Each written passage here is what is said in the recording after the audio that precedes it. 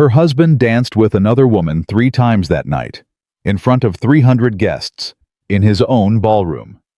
And every time Esther looked across the room, he looked right back at her and kept dancing. He wasn't hiding, he wasn't ashamed. He simply believed one thing, that she had nowhere else to go. What Daniel Wentworth never knew, what he never bothered to find out, was that his wife owned 500 acres of the most productive farmland in the county. In her name, not his. She had always known. She had been waiting for the right moment to remember it. If you've ever been underestimated by someone who should have loved you, this story was written for you. Stay with us. England, 1817. Winter had come early that year.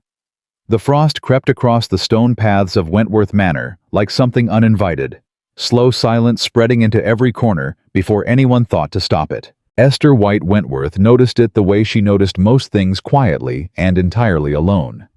She stood before the tall mirror in her dressing chamber while her lady's maid fastened the last pearl buttons along the back of her gown, deep blue silk the color of the sky, just before a storm decides what it wants to be. Her hair was swept up and pinned with the ivory comb her mother had pressed into her hands on the morning of her wedding. "Keep this," her mother had whispered. "No matter what happens, keep this." Esther had never fully understood those words until recently. Now she understood them completely. "You look beautiful, ma'am," her maid Agnes murmured behind her. Esther looked at her own reflection for a long moment. The woman in the mirror was composed. Still. Her hands didn't tremble. Her jaw didn't tighten. "Thank you, Agnes." But beautiful had stopped meaning anything to her a long time ago. Jaffe. The Wentworth Winter Ball was the most anticipated event in 3 counties. 300 guests. Crystal chandeliers that threw fractured light across every surface. Music so polished it sounded almost mechanical. Silk gown. Powdered faces. Perfect smiles stretched over complicated truths, because that was what these gatherings had always been. Not celebrations. Performances. Esther understood this. She had performed for 8 years. She descended the staircase on Daniel's arm, as she always did. He was handsome. She would not lie to herself about that. Broad shoulders. Dark hair threaded now with the first hints of silver at his temples. A jaw that suggested authority. Eyes that suggested confidence.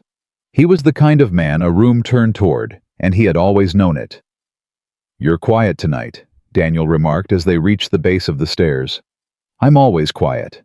He glanced at her sideways. Something flickered behind his eyes, not concern exactly, more like mild interest in an expected piece of furniture that had shifted slightly out of place.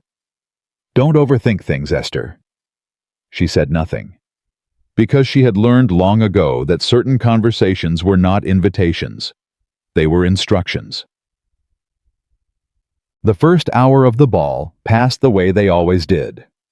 Esther moved through the room with grace and precision, exchanging pleasantries with Lady Hargrove, admiring the Countess of Pembroke's new brooch, deflecting curious glances from young wives who watched her, the way they watched all women who had been married long enough to look tired and composed at the same time.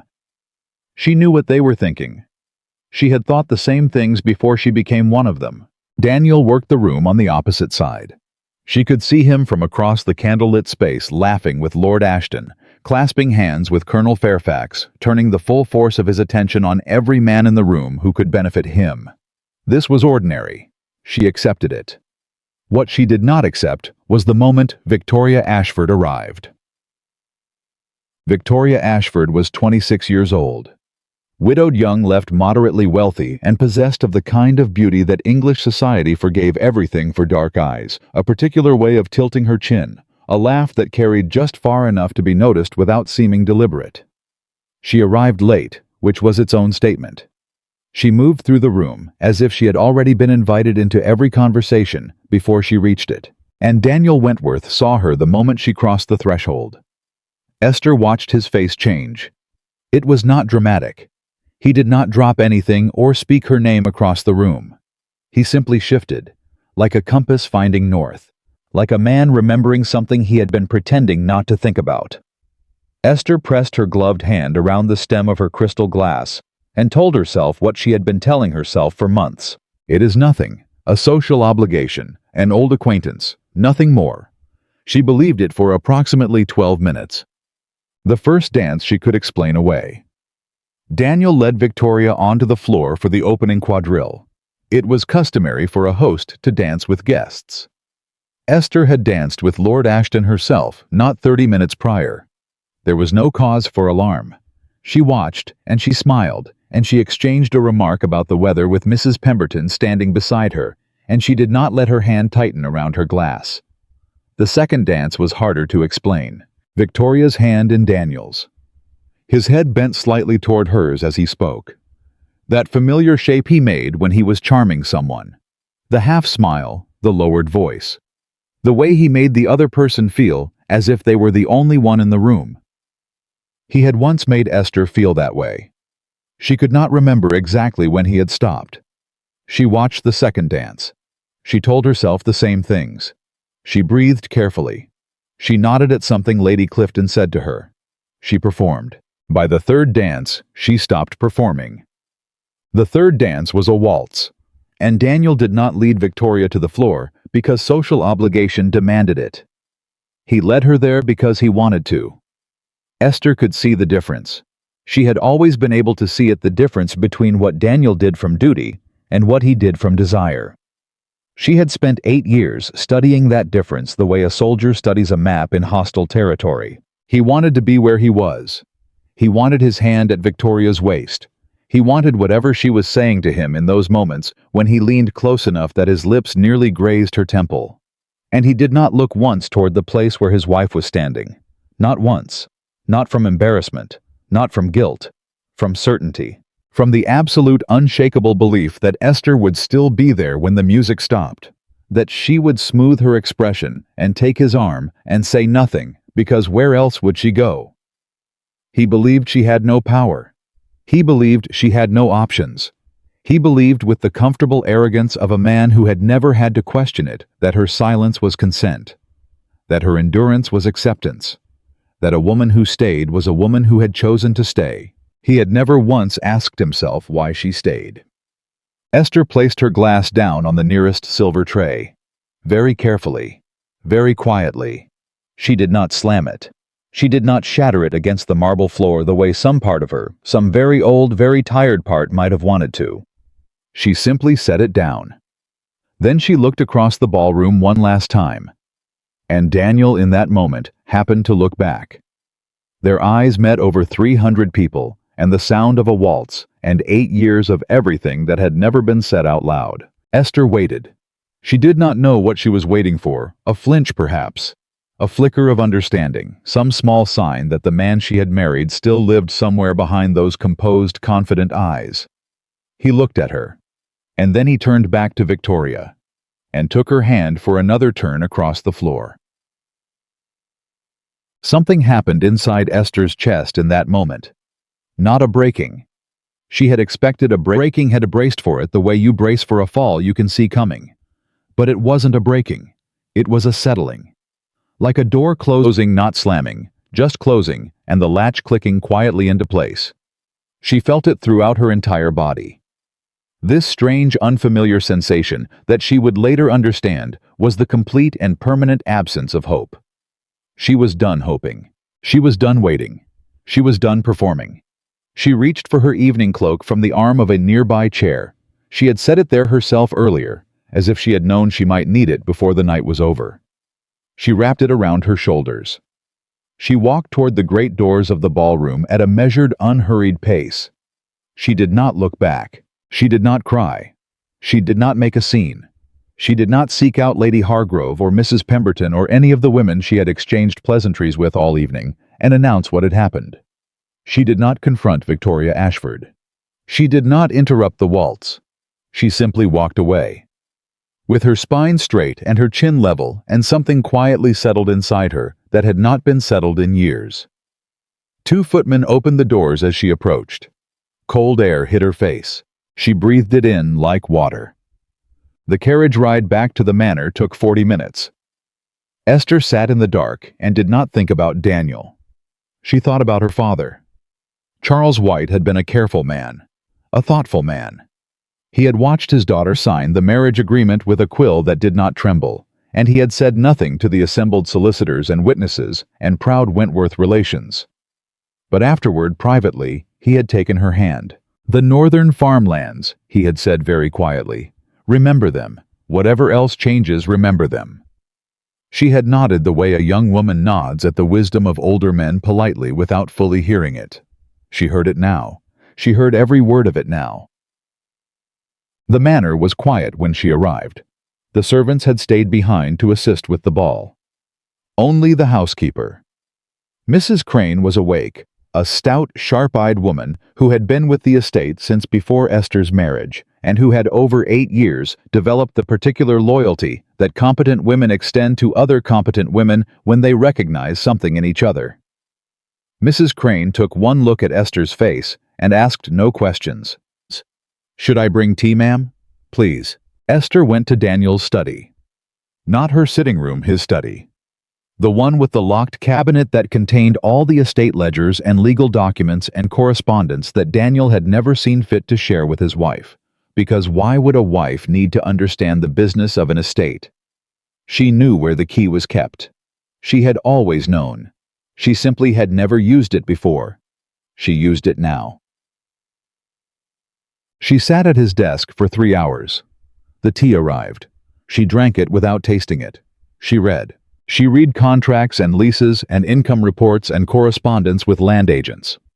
She read the documents that had arrived from the Chancery last spring and the ones Daniel had tucked beneath a blotter and apparently forgotten about.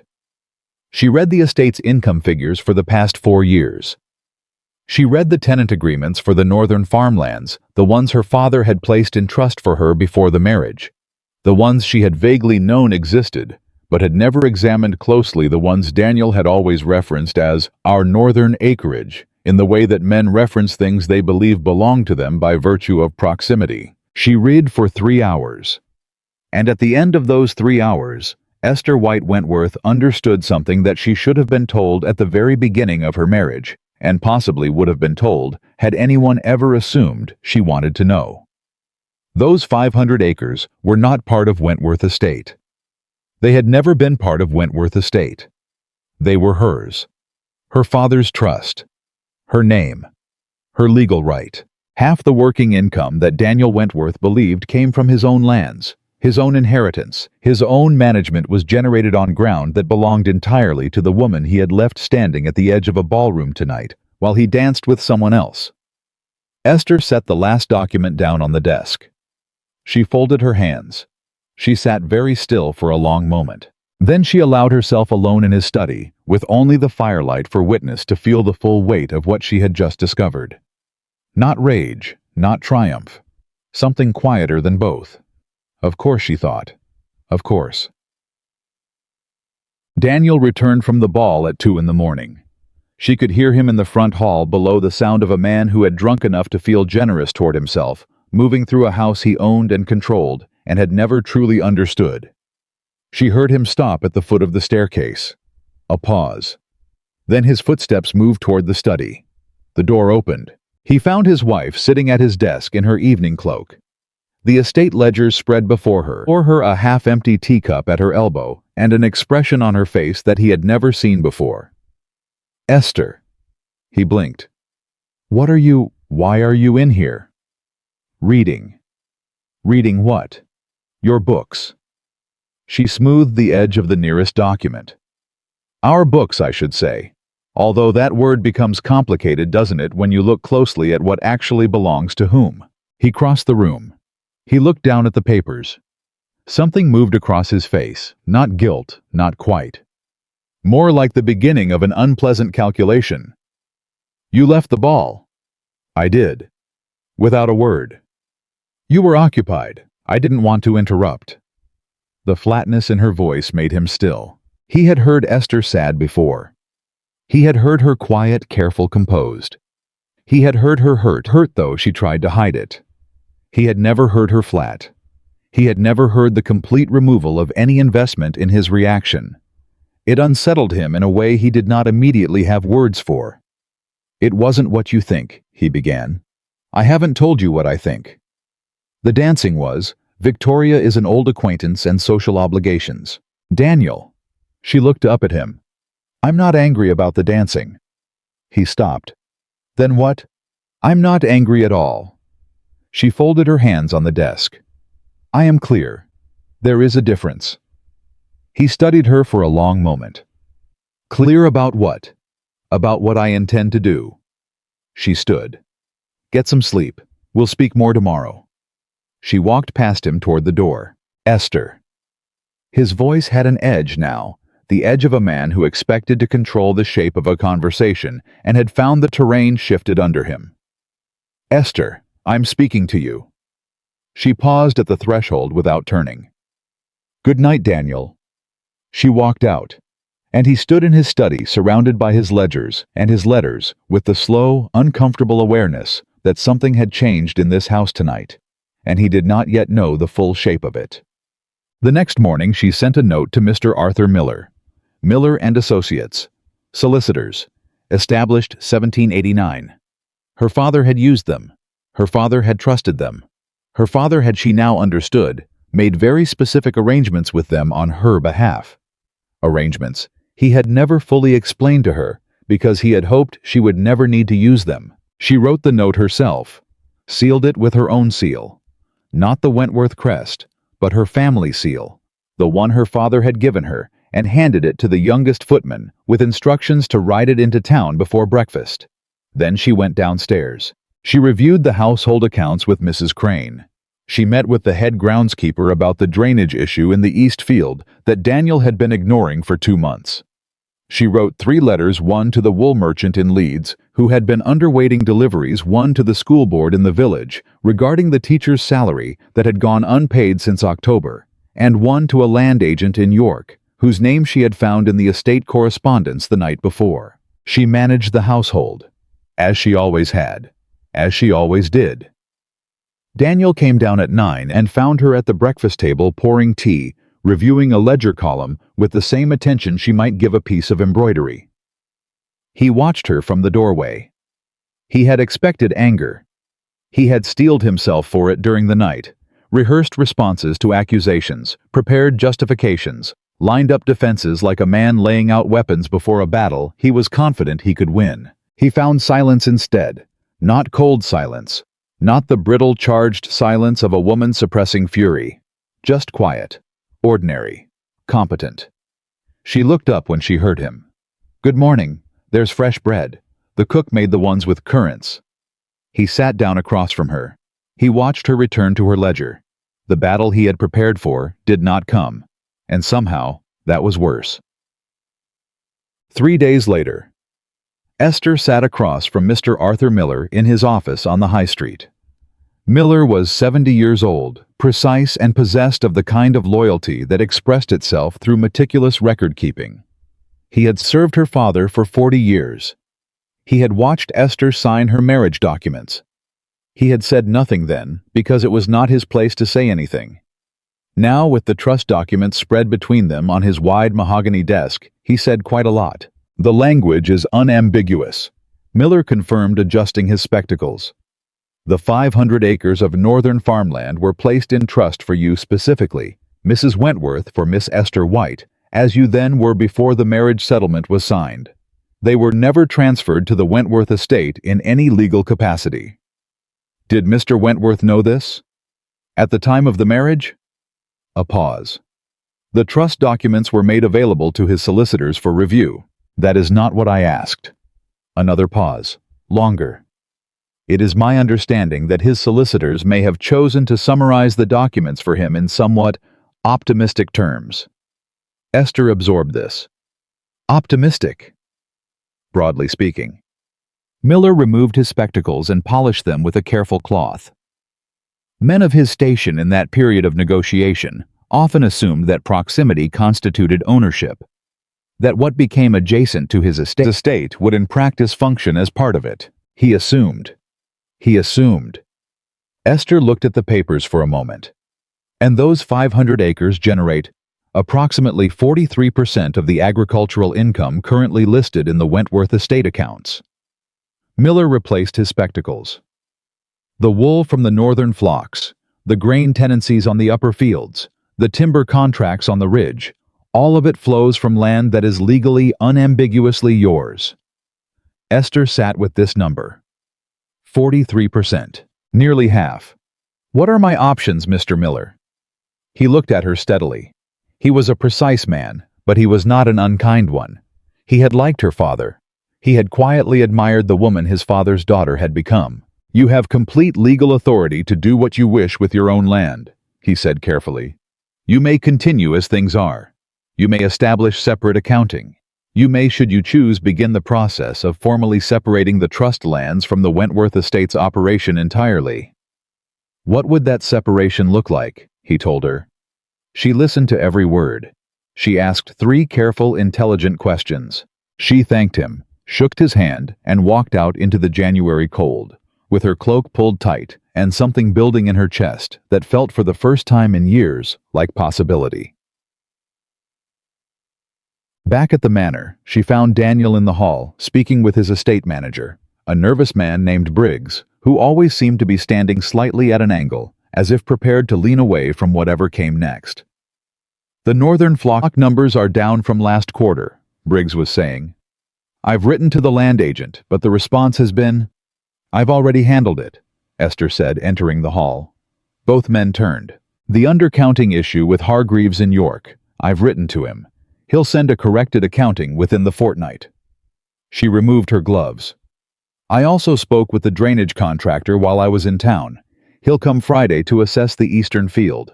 The longer we leave it, the more it will cost come spring. Briggs blinked. He looked at Daniel. Daniel looked at Esther. When did you? Daniel began. This morning before I went to Miller's. She handed her gloves to Agnes, who had appeared silently in the doorway. Also, the school in the village hasn't received the quarterly payment. I've arranged for it to be sent from the household accounts. We can adjust the ledger at the end of the month. The silence that followed lasted exactly 4 seconds. Esther. Daniel's voice was careful now, measured. The voice of a man who had started to feel the edges of something without being able to name its shape. Why were you at Miller's? She looked at him steadily. To discuss my father's trust. The color that moved across his face was brief, almost imperceptible, but she had spent 8 years learning his face. She saw it. I see, he said. Yes, she agreed. I imagine you do. She walked past him toward the stairs. That evening he came to her sitting room. He knocked. He had never knocked before. He had never needed to. This was his house, and she was his wife, and those 2 facts had always seemed to him sufficient permission for anything. The knock told her something had shifted. Come in. He entered. He looked around the room as if he had not been in it recently, which he hadn't. He stood near the fireplace with his hands behind his back, and the expression of a man who had been rehearsing something and was no longer confident in his lines. You should have been told about the trust from the beginning, he said finally. When we married. Yes, I should have. I wasn't. He stopped. Started again. My solicitors led me to believe that the lands were incorporated into the estate. Your solicitors told you what was convenient for you to believe. The directness of it landed on him visibly. He was not accustomed to Esther being direct. She had always been careful, had always softened things, had always left him room to feel comfortable. She was done leaving him room. What are you planning to do? He asked. She put down the correspondence she had been reviewing. She looked at him. Really looked at him the way she had stopped allowing herself to look at him some time ago. Because looking too clearly at someone you have decided to love uncritically is its own particular kind of pain. I'm not making any decisions in anger, she said. I want you to know that. I'm not acting from the ball. I'm not acting from tonight. I've been thinking about this for longer than either of us is comfortable admitting. You've been thinking about leaving. I've been thinking about what my life actually is. She set her correspondence aside entirely. And what I want it to be. He crossed the room. He sat down across from her, not commanding the room, not standing at the fire with his chin up. Sitting. Across from her. Which was also something new. Tell me, he said quietly. Tell me what you think your life is. It was the first time in 8 years he had asked her to tell him anything real. It was, she would think later, approximately 7 years and 11 months too late. "I have managed this household since the month we married," she said. "Not nominally managed it. The accounts, the staff, the tenants, the repairs, the merchants, the contracts. I have negotiated with suppliers who tried to take advantage of you because they assumed no one was watching closely enough. I have protected workers on this estate from decisions that would have cost you their loyalty within a season. I have solved problems you never knew existed because by the time they might have reached your attention, I had already resolved them." I was very still. "I have done all of this." She continued, her voice even, "while being invisible, while being introduced as your wife, while watching you make decisions about this estate from a position of information that was always significantly less complete than mine, because no one thought to include me in the rooms where decisions were made." "Esther, I'm not finished." She said it quietly, not harshly, just firmly. "I have done all of this while loving you. Imperfectly, and often without reciprocation, but genuinely. And I watched you last Wednesday evening stand in front of 300 people and make clear, not in a moment of weakness, not in a moment of confusion, clearly, deliberately, that I was not someone worth considering." He said nothing, because there was nothing to say. "I'm not leaving because of one evening," she said. "I am leaving because that evening finally made it impossible for me to pretend that our marriage is something it has not been for a very long time." The fire crackled. Outside wind moved through the bare January trees. Daniel Wentworth sat across from his wife, the woman he had never fully looked at, never fully understood, never fully valued, and felt for the first time in 8 years the exact shape of what he stood to lose. What if things changed?" he began. "They won't." She said it without cruelty, without satisfaction. "Not because you're incapable of change, but because you would need to understand, truly understand what needed changing. And I don't think you do. Not yet." A pause. "Perhaps not ever." He opened his mouth, closed it. "The northern lands are mine," she said, "legally and entirely. Mr. Miller has confirmed the complete documentation. I will not act precipitously. I will give us both time to understand what comes next. But I want you to know the truth. I have always known the truth about this estate, about what holds it together, about whose work, whose judgment, whose invisible labor has kept it standing while you stood in the center of it and received the credit." She stood. She was not tall. She had never been the kind of woman a room turned toward. But standing there in the firelight, with her hands quiet at her sides and that settled, finished expression on her face, she was the most formidable thing Daniel Wentworth had ever encountered in his comfortable, confident, assumption-filled life. "Good night, Daniel." She walked to her bedroom door. "Esther." His voice cracked, just slightly, just enough. "Where will you go?" She paused with her hand on the door. She thought about 500 acres of northern farmland that had always been hers.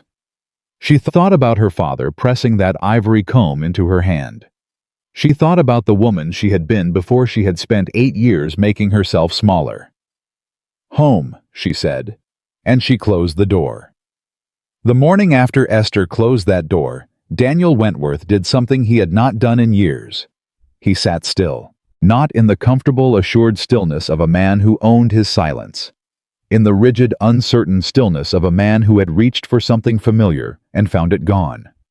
He sat at the edge of his bed until the light shifted from gray to pale gold, and he did not call for his valet, and he did not review his correspondence, and he did not do any of the dozen small automatic things that had always told him who he was and what he controlled. He simply sat and tried to locate at the precise moment everything had changed. He could not find it. That was the thing that unsettled him most. He kept reaching back through the weeks and months, looking for a single moment, a wrong word, a missed dinner, a specific night when something had cracked between them, and he kept arriving at the same uncomfortable answer. There was no single moment. There was only a long, slow accumulation of moments in which he had chosen not to look at his wife. Not because he disliked her, not because he was cruel by nature, but because he had simply never believed it was necessary. She was there. She was managing. Everything was fine. He had confused her competence with contentment for 8 years. He dressed without assistance that morning. He came downstairs to find the household already in motion, the kind of quiet, organized motion that did not announce itself, that simply was that he had breathed like air without ever once thinking about what kept it moving. Mrs. Crane passed through the hall with a ledger under one arm and a set of keys in her hand. She gave him a look that was perfectly correct in every technical sense and communicated beneath its surface something he did not enjoy receiving from his own housekeeper. The footman near the door was holding a stack of correspondence that had clearly already been sorted. Daniel reached for the top letter, and the footman said quietly, "Mrs. Wentworth has already reviewed the estate post, sir. The urgent items are marked." Daniel lowered his hand. He went to breakfast alone. The currant bread was there. The tea was fresh. Everything was exactly as it should be. And Esther was nowhere in the room because she had been up 2 hours before him, managing things he had never bothered to learn the names of, and she had left precise, quiet evidence of her labor on every surface of this house, like a woman who had decided finally to make the invisible visible. He sat at the head of his table and ate his breakfast and felt for the first time in his adult life like a guest in his own home. He did not enjoy the feeling, but he could not make it stop. Within 3 days, word had begun to move through the county, not about the ball, or not only about the ball. The county already knew about the ball.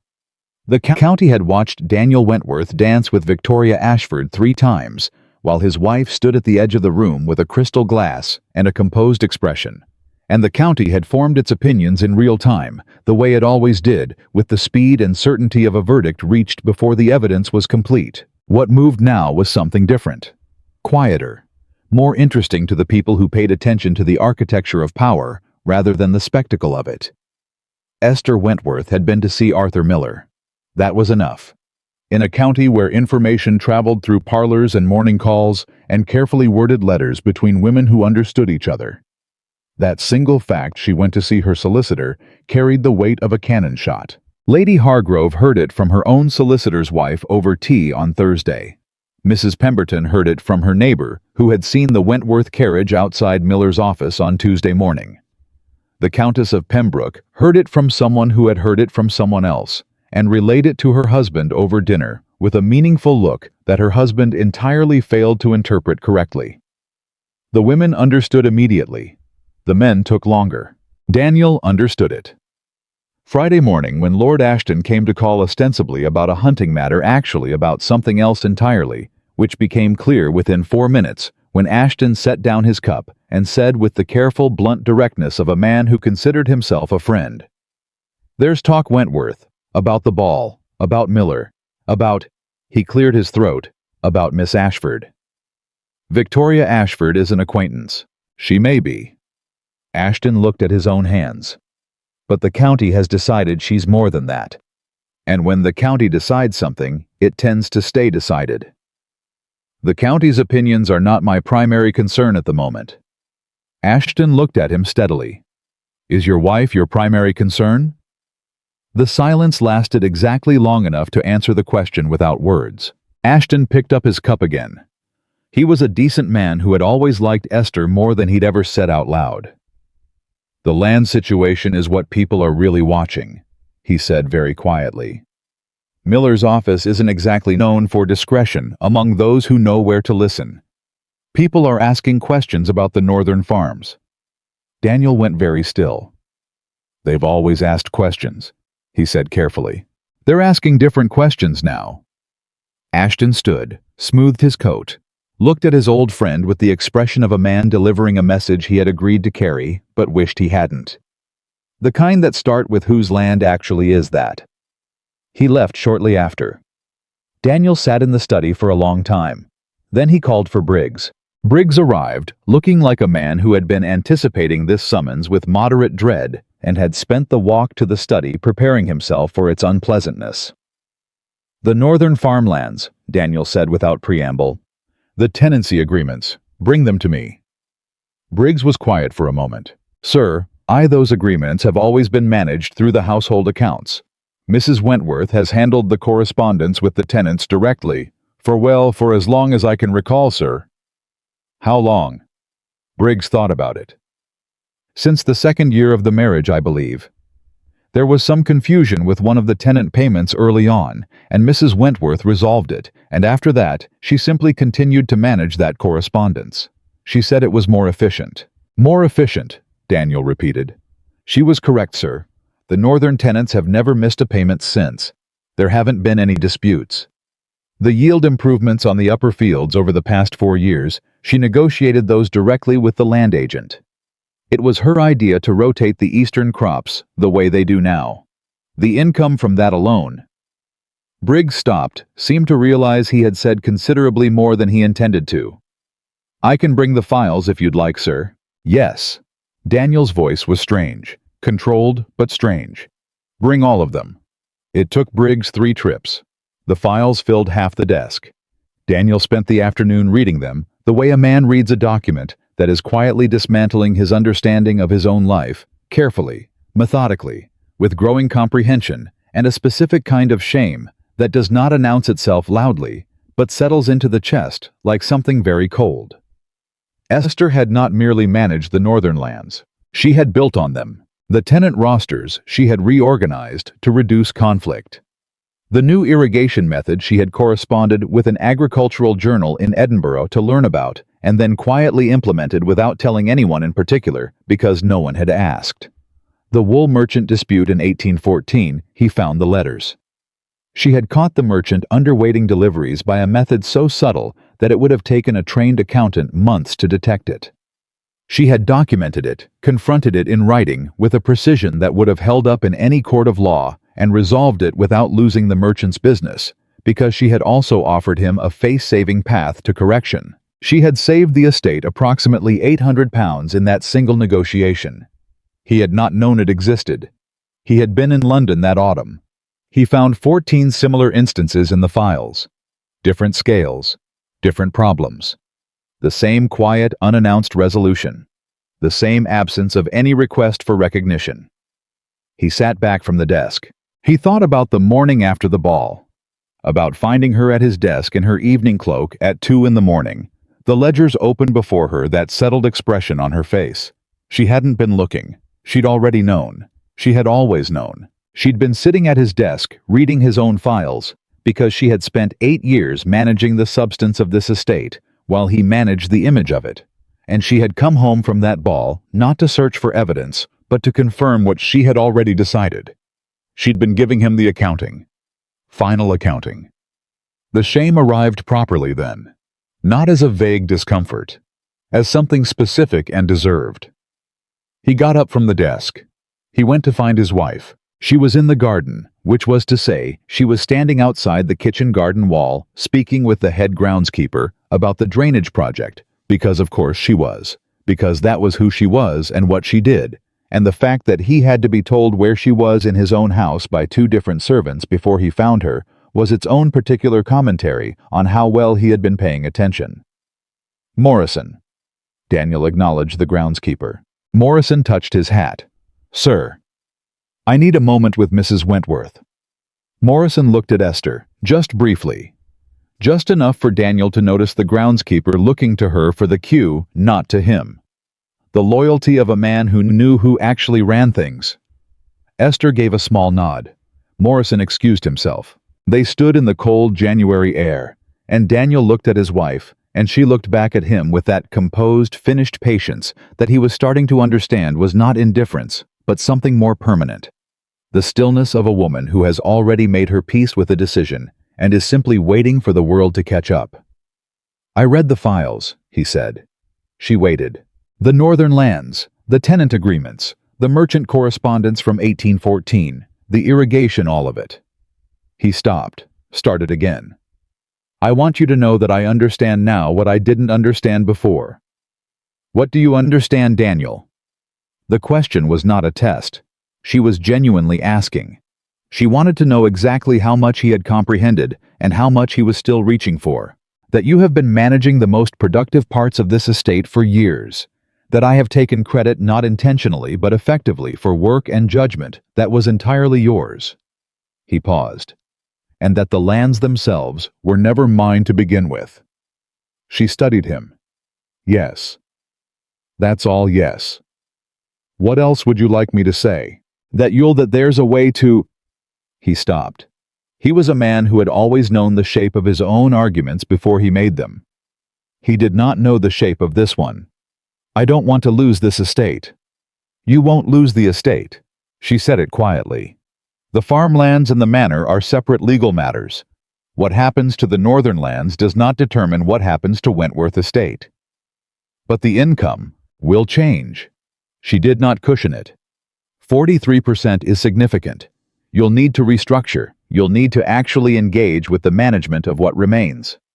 You'll need to do things that I have been doing quietly for years because you were occupied with other matters. He flinched. She did not soften the moment for him. Esther. He reached for something honest, something real, because he could feel that all of his usual instruments were useless here. Charm was useless. Authority was useless. The comfortable assumption of her deference was thoroughly useless. Is there any version of this in which... No, she said gently. You don't know what I was going to ask. Yes, I do. Her voice was not unkind. It was simply true. And the answer is no. Not because I hate you. Not because I want to punish you. But because I have been a woman who makes herself smaller every day for 8 years, and I am not willing to do that for 1 day more. She pulled her cloak tighter against the cold. That is the decision. It was made in that ballroom. The rest is simply logistics. She walked back toward the house. He stood in the cold garden and watched her go, and felt the full, undignified truth of his situation settle over him like a January frost. He had not been defeated by his wife. He had been revealed by her. There was a difference. He was beginning to understand that the difference mattered enormously. What came next happened faster than Daniel had expected. He had assumed, because he was a man who had always had time, always had options, always had the particular leisure that comes with believing you are the center of any situation, that there would be a period of negotiation, of slow adjustment, of Esther being persuaded or softened or brought back around to a version of things that suited his picture of his own life. He had underestimated both the woman and the documents. Miller moved with the quiet efficiency of a solicitor who had been waiting a long time to move. Within the week, formal correspondence arrived at Wentworth Manor on behalf of Esther White, not Esther Wentworth. The distinction carefully preserved in the letterhead regarding the administration of the Northern Farmland Trust. Accounting separation. Tenant communications. Land agent contracts. Every thread that Esther had been holding quietly without acknowledgement was now being gathered into a legal framework that made their separateness official and visible. Briggs brought the first letter to Daniel with the expression of a man handing someone a lit fuse. Daniel read it 3 times. Then he went to find Victoria Ashford. This was a mistake, and some part of him knew it was a mistake, even as he made it the particular mistake of a man who, faced with consequences he does not know how to manage, reaches instinctively for the thing that caused the consequences in the first place. Victoria received him in her parlor on a Tuesday afternoon. She wore a particular shade of green. She smiled in that particular way. And Daniel sat across from her and began to explain what was happening with the estate accounts. And somewhere in the middle of that explanation, he watched her expression shift. Not dramatically. Victoria was too composed for drama. But something went out in her eyes. Some calculation resolved itself. The northern lands, she said carefully, are legally hers. Yes, but the situation is there are discussions ongoing and Miller is, and nearly half the estate's working income depends on them. The estate is still solvent, the manor itself the home farms. Of course, she smiled. Still that particular smile. But it had changed. The warmth in it had become something technical. Something that was shaped like warmth, but made of different material. You've had rather a complicated few weeks. Victoria, I think, she said with perfect courtesy and the lethal precision of a woman who had done her own reading, that you may need to focus on your estate matters for the time being. He left her parlor 20 minutes later. He walked to his carriage in the cold, and he did not look back at the green-painted door, and the thing he felt in his chest was not heartbreak. He knew what heartbreak felt like, and this was not it. This was something more clarifying. The recognition of a transaction completed. He had offered stability, influence reflected social position. She had offered the performance of feeling. Both of them had been conducting something that had nothing to do with what he had ruined with Esther, which had been for all its failures real. He rode home through the gray afternoon. He thought about his wife reviewing the wool merchant's weights at midnight. He thought about the irrigation letters to Edinburgh. He thought about 14 separate instances where she had quietly saved something he didn't know was in danger.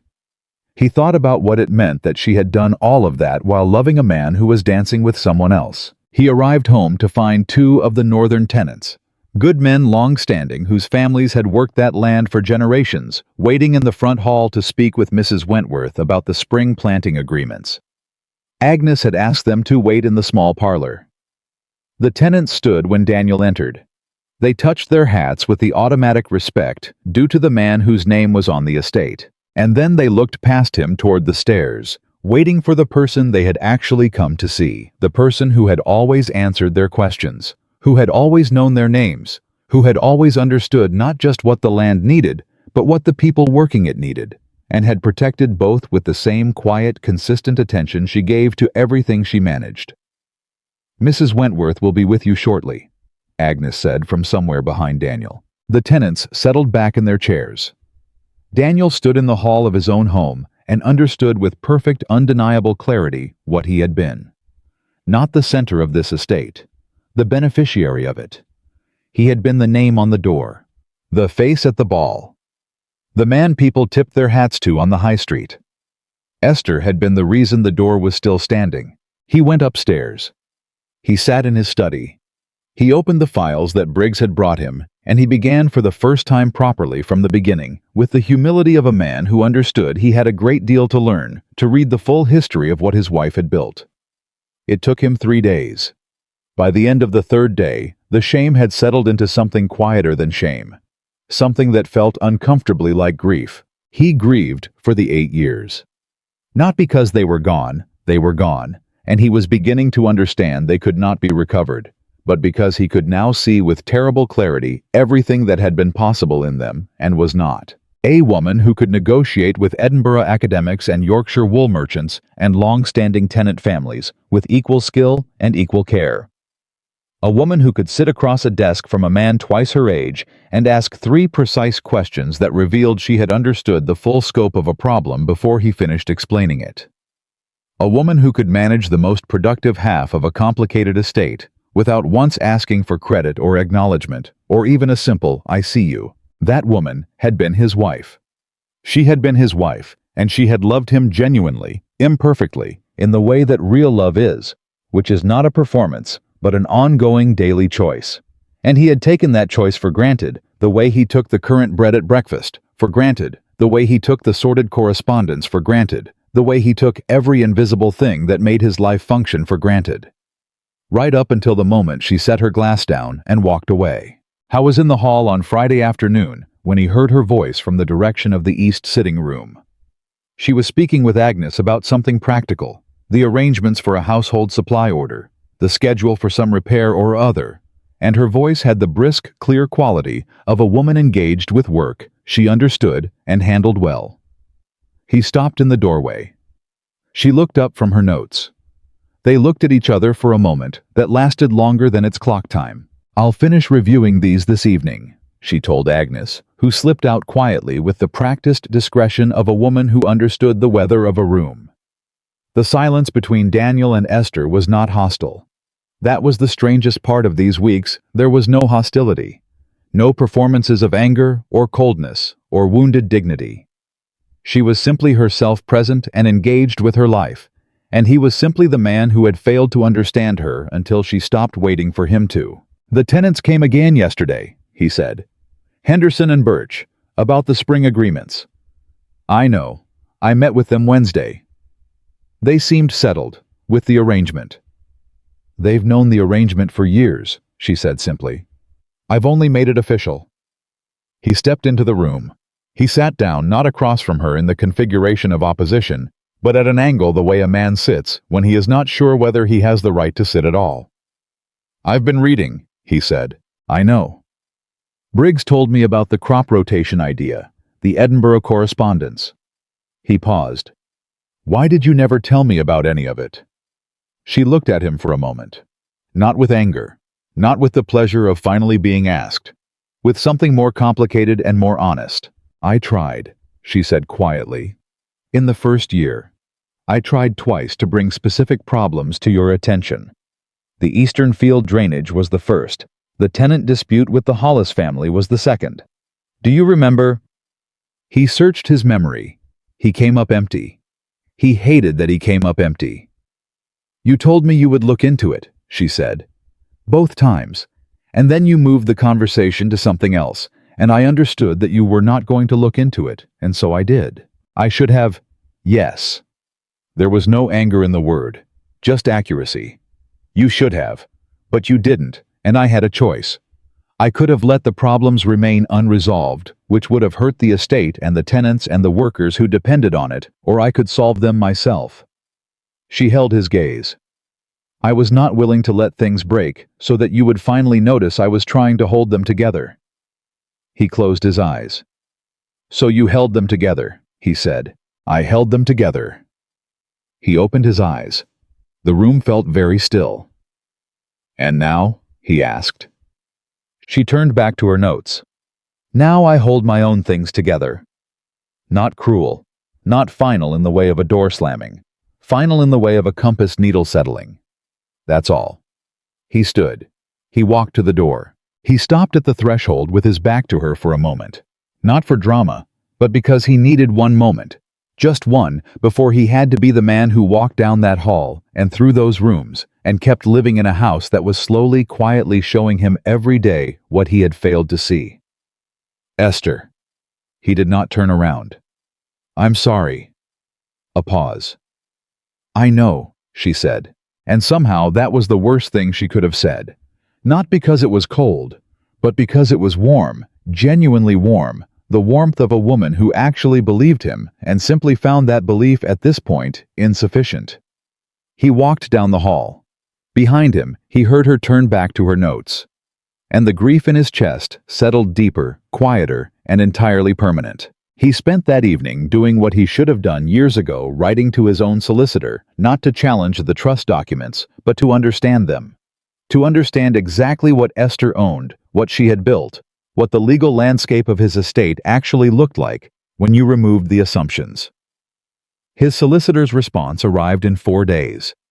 It confirmed everything Miller had told Esther, and added one thing that Daniel had not expected. The northern farmlands, under the terms of the original trust, carried a clause his own solicitors had apparently summarized away as irrelevant at the time of the marriage negotiations. A clause that specified that in the event of a formal separation of the trust from the marriage estate, the trust holder retained not merely the land, but all improvements, contracts and commercial relationships developed during the marriage period in connection with that land. Every tenant agreement Esther had negotiated, every merchant contract she had structured, every relationship she had built with the careful, steady attention she gave to everything she did, all of it was hers. And as Daniel sat with that letter in his hands, he understood something that completed the picture in a way that was almost too clear to bear. She had not merely owned the land. She had made the land into what it was. And when she left, not if when he understood that now with a certainty he had stopped fighting, she would not just take 500 acres of northern farmland. She would take everything she had built on it, and it would flourish. Because she was the kind of woman who built things that flourished. He poured a glass of brandy. He held it. He did not drink it. He sat in his study in the dark, with the letter in his hands, and the full, undeflectable truth of his own life, arranged around him, like an accounting that finally, after 8 years, balanced. He had been the name. She had been the substance. And the substance was leaving. The letter arrived on a Tuesday. Not from Miller. Not from a tenant. Not from any of the legal machinery that had been quietly turning since January. It arrived from the north, from a woman named Margaret White, Esther's older sister. A woman Daniel had met exactly 4 times in 8 years, because Esther's family had existed at the comfortable periphery of his attention, in the same way everything connected to Esther had existed there, present useful in the abstract never quite examined. The letter was addressed to Esther.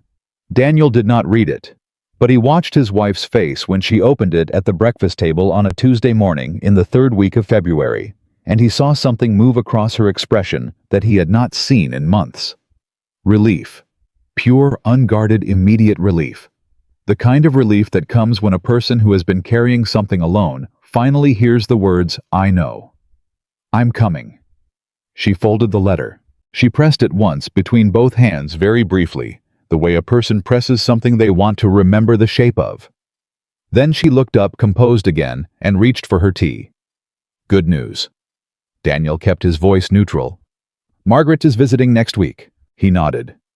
He said nothing else. But after she left the breakfast table, he sat for a long time looking at the empty chair across from him, thinking about what it meant that his wife's face had lit up, had genuinely visibly lit up at the news that she would not be alone anymore. He had never made her face do that. Not recently. Maybe not ever. Maybe she had hidden it so long that he had simply stopped seeing it when she did. That thought sat with him all morning like a stone in his boot. Margaret White arrived on a Thursday with 2 trunks, a sharp eye and the particular energy of an older sister who has received a letter from her sibling and read between every careful composed line of it and understood exactly what was happening and exactly what kind of person was responsible for it. Daniel met her in the entrance hall. She was 42 years old. She had their father's directness and their mother's precision, and she looked at Daniel Wentworth the way a magistrate looks at a man whose case she has already reviewed before the proceedings begin. "Mr. Wentworth." She extended her hand. Her smile was perfectly correct and communicated nothing warm. "Miss White." He shook it. "Welcome to the manor." "Thank you." Her eyes moved around the entrance hall, not admiring it, cataloging it. "You have a beautiful home." "We do," he said, and for the first time in his life, the word "we" felt like something he hadn't quite earned the right to use. Margaret's eyes came back to his face.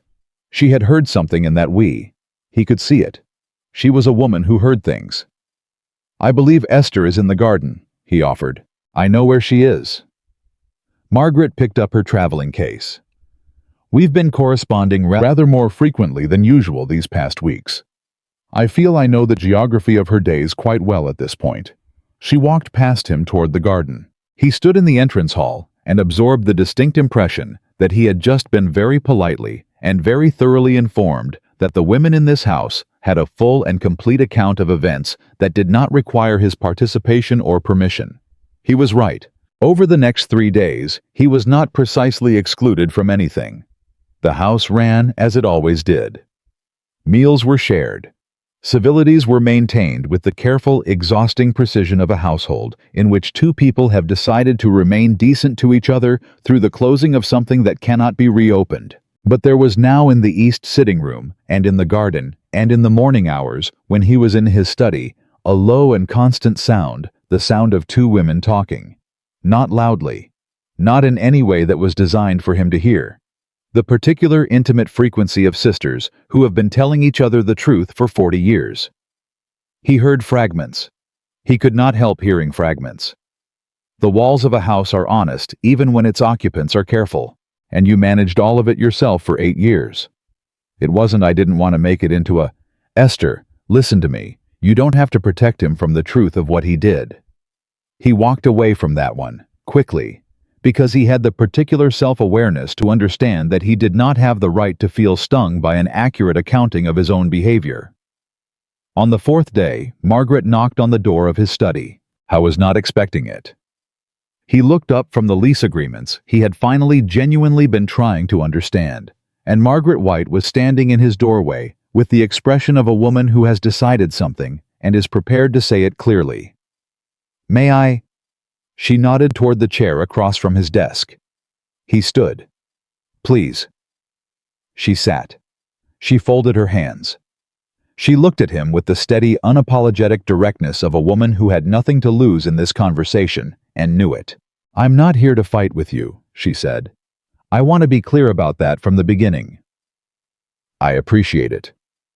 "I'm here because my sister wrote me a letter that was very carefully worded and very thoroughly composed and told me almost nothing dramatic, and contained between every line the specific grief of a woman who has been alone in something painful for a very long time.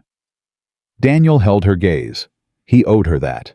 "I want to ask you something," Margaret continued. "And I want you to try to answer honestly, even if the honest answer is uncomfortable." "Go ahead." "Did you know she was unhappy?" The study was very quiet. "I told myself she wasn't," he said at last. "That is the honest answer. I told myself she was composed, that her quietness was contentment, that the way she managed everything was. I told myself she liked to manage things, that it was her nature, that she was suited to it. But I think I knew," he said. "At some level I knew, and it was more convenient not to look directly at it." Margaret studied him for a long moment. "That," she said carefully, "is perhaps the most honest thing you've said to anyone in this house in quite some time." He did not deny it. "She isn't doing this to punish you," Margaret said. "I want you to understand that because I can see from your face that some part of you is still looking for the way to reverse it. And I think some of your energy in that direction comes from believing she is acting from anger.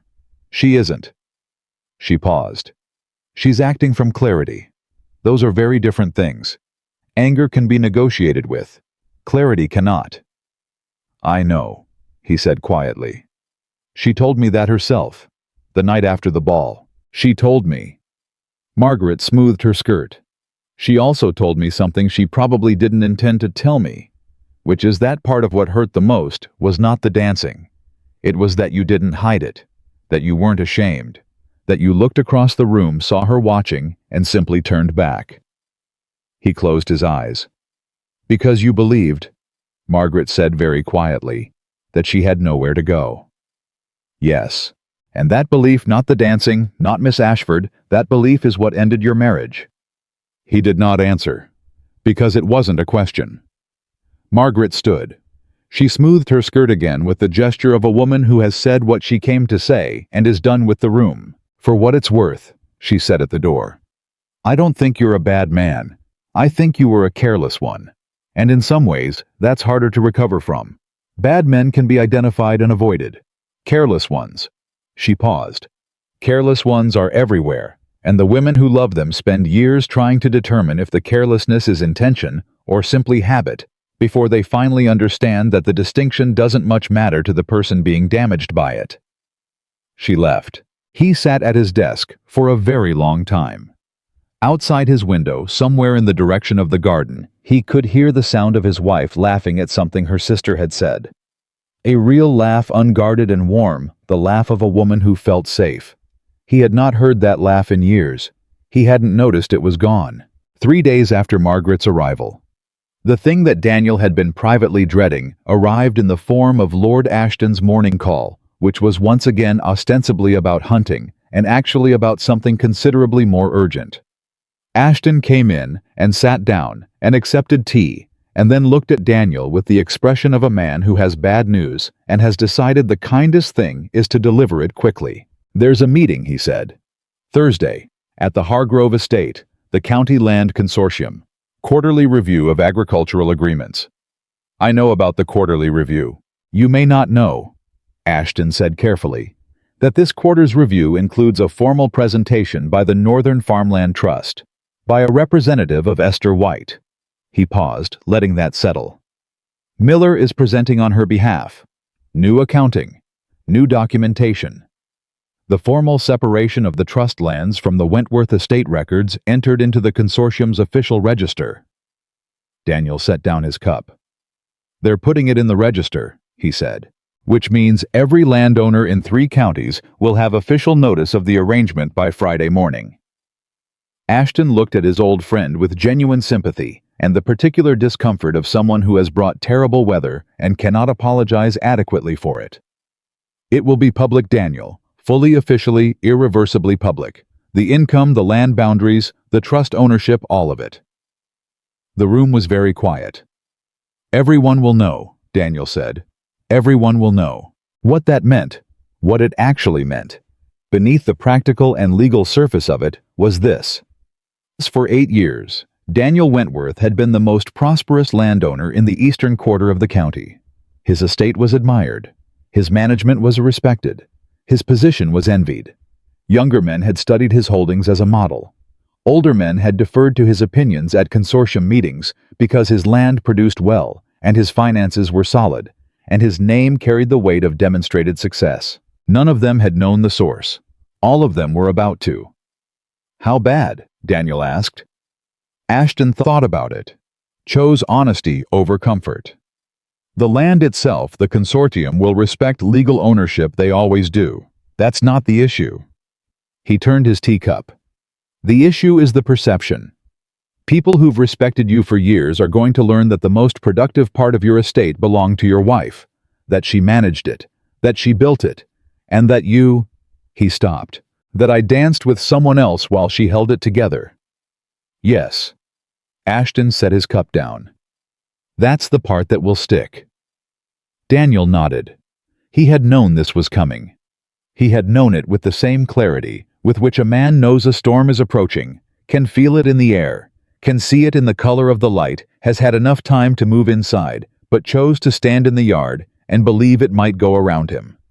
It had not gone around him. "There's something else," Ashton said. Daniel looked up. "Henderson and Birch, your northern tenants. They've put it around that they intend to formalize their tenancy agreements under the new trust arrangement, which means they'll be legally Esther's tenants, not Wentworth tenants." Ashton's voice was careful. "And 3 of the other northern farmers are apparently considering the same. They're choosing her. They've been her tenants in practice for years, Daniel. They're simply making it legal." Another pause. "And the wool merchant Hargreaves in York apparently sent a letter directly to Miller's office this week. Something about wishing to continue a long and valued commercial relationship with the Northern Trust." Daniel felt something that was not anger and not grief, but some combination of both, the particular emotion of a man watching everything he took credit for arrange itself in front of witnesses under the name of the person who actually deserved it. "She didn't plan this," he said. Not a question. He knew Esther. He was finally belatedly knowing her properly. "This isn't retaliation." "No." Ashton agreed. "It's the natural consequence of 8 years of relationships she built. They're following her because she earned them, not because she asked." He stood. "I thought you should know before Thursday." He left. Daniel sat alone in his study and looked at the wall and thought about the tenant Henderson, a broad-shouldered man with a gray beard and 2 sons who worked the northern fields beside him, and the time 4 years ago when a late frost had damaged half the upper field spring crop, and Henderson had come to the manor in March, looking gray with worry.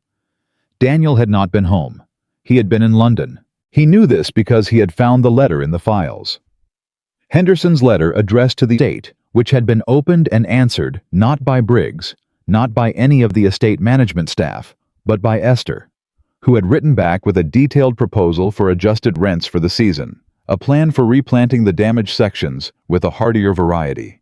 She had apparently already been researching, and a personal note at the bottom in her own handwriting, not dictated, assuring Henderson that his family would be looked after through the difficult months. Henderson had written back 2 weeks later. Short letter. Working man's vocabulary. But at the bottom he had written, "Mrs. Wentworth, I want you to know that my family will remember this kindness. Whatever we can do for this estate, we will do. Whatever we can do for this estate." But it wasn't the estate he had meant. It was her. It had always been her. And he had been too busy in London to notice. Daniel stood up from his desk. He walked to the east sitting room. Esther and Margaret were there together. Esther reviewing something, Margaret with needlework, both of them in the particular companionable quiet of sisters who don't need to fill silence to feel connected. Agnes was in the corner mending. All 3 women looked up when he entered. He looked at Esther. "I need to tell you something," he said. "About the consortium meeting on Thursday." Margaret glanced at Esther. Esther set down her pen. "I know about the meeting," she said. "Miller told you." "Miller tells me everything relevant to my interests. That's his job." She folded her hands. Her voice was not confrontational, just precise. "I know what will be presented, I know what it will look like. Esther, if you're going to ask me to delay it, I'm not. He stopped, took a breath. I'm not asking you to delay anything. I came to tell you. And here he paused, because what he was about to say was not a speech he had rehearsed, and he needed to find words that were actually true, not merely correct. I came to tell you that I will not contest any of it. Not the registration, not the tenant agreements, not Hargreaves, not any of it. He held her gaze. What's yours is yours. I should have understood that 8 years ago. I understand it now, and I won't make you fight for it. Esther looked at him for a long moment. Margaret had gone very still over her needlework. Thank you, Esther said. No additional warmth. No softening toward reconciliation. Just a genuine and dignified thank you, the kind exchanged between two people who respect each other across a distance that is not going to close. He nodded. He turned to leave, and then Margaret spoke. Mr. Wentworth. He turned. She was looking at him with that sharp, steady gaze. But something in it had changed. Not warmed exactly, adjusted. My sister told me, Margaret said carefully, that in 8 years of marriage, you never once raised your voice to her, never intimidated her, never made her feel afraid. She paused. I want you to know that I noticed that, and that it matters. Not enough to change what has to happen, but it matters. He stood very still. He had not expected that. He had been braced for everything Margaret White might say to him, and he had not been braced for that. Thank you, he said, and walked out before his voice could do anything embarrassing. The consortium meeting on Thursday was everything Ashton had predicted. 36 landowners in the formal meeting room of the Hargrove estate, and Miller presenting the trust separation with the quiet, methodical precision of a man who had been waiting a long time to make something visible. Documents, income figures, land surveys, tenant agreements. The full and complete picture of what the northern farmlands of the Wentworth estate actually were, and who they actually belonged to, and who had actually managed them for the past 6 years. Daniel sat in his usual chair, the one that had always signified his position among these men, and he watched their faces as the information settled. The surprise, the recalculation, the particular discomfort of men who have respected someone for the wrong reasons, realizing they must now do the harder work of deciding whether their respect was ever warranted in the first place. Lord Hargrove, at the head of the table, kept his face neutral throughout. He was a fair man, if not a warm one. At the end of Miller's presentation, he said simply, "The trust documents are in order. The registration stands." Then he looked at Daniel. Wentworth. The consortium will note the revised estate boundaries in the official record. Understood, Daniel said. You'll want to restructure your consortium contributions accordingly. Yes. A pause. Lord Pembroke, to Daniel's left, leaned slightly forward. The woman Esther White, she managed all of this herself, without a land agent overseeing the day-to-day. Miller answered from his place at the end of the table. Mrs. Wentworth has managed the Northern Trust directly since 1811, with full tenant engagement, direct merchant relationships, and agricultural improvements that have increased yield by approximately 22% over that period. Another silence, a different kind. The kind in which 30 men do the same quiet arithmetic and arrive at the same quiet conclusion. Colonel Fairfax, who had shaken Daniel's hand at the ball, who had admired his estates, who had said fine landowner Wentworth solid management at some function or other, 4 years ago, looked at Daniel with the specific expression of a man revising a judgment he had held comfortably for a long time. Daniel sat straight. He did not flinch. He had earned this. He sat through all of it with the particular dignity of a man who has decided that accepting a consequence is the only honest thing left available to him. The meeting ended. The men moved toward the refreshment table. Daniel remained in his chair for one long moment, looking at his own hands on the table surface. Then Hargrove appeared at his elbow, quiet, not unkind. Wentworth. He kept his voice low. For what it's worth, the woman's management is impressive. The kind of thing any of us would be glad to have running our northern fields. A pause. And most of us wouldn't have known enough to notice. I didn't know enough to notice, Daniel said. That's the crux of it. Hargrove looked at him for a moment. Will she use Miller to manage going forward? She'll manage it herself, as she always has. Hargrove absorbed this. He walked away, and Daniel understood that was the sound of a man updating his opinion, not of Esther, who had just risen considerably in Hargrove's estimation, but of the definition of impressive in general. He rode home through the cold March air. When he reached the manor, Esther was in the hall speaking with Mrs. Crane about something domestic and immediate. She looked up when he entered. Her expression asked the question without words. "It's done," he said. "The registration is official. No objections." She nodded. "How was it?" Not warm, but not uninterested. As expected. He removed his coat, handed it to the waiting footman. Fairfax looked at me as though he was recalculating something. Pembroke asked Miller directly about your management record. Hargrove. He paused because this part still moved something in him. Told me your management was impressive. The kind any of them would be glad to have. Something crossed Esther's face. Not vanity, not satisfaction. Something quieter and more complicated, the expression of a woman hearing secondhand, and years too late, the recognition she had always deserved and never sought. She looked down at the papers in her hands. Good, she said. One word. But it contained 8 years of invisible labor and the particular weight of a woman who never needed the applause and still felt something real when it finally arrived. Mrs. Crane diplomatically found somewhere else to be. They stood alone in the entrance hall for a moment. Esther said. Back to practical matters. Back to the forward motion she had decided was her direction. I know. I'll be going north for a week after that, the spring planning. I want to meet with the tenants directly now that the formal arrangements are in place. He looked at her. That's the first time you've told me your plans. She thought about this. You're right. Old habits. She gathered her papers. I'll inform Mrs. Crane as well so the household can adjust accordingly. She moved toward the stairs. Esther. He did not know why he said it. The word came before the thought. She stopped. He stood in the entrance hall of his home and looked at his wife. This woman he had underestimated for 8 years. This woman who had saved his estate 14 times without asking for credit.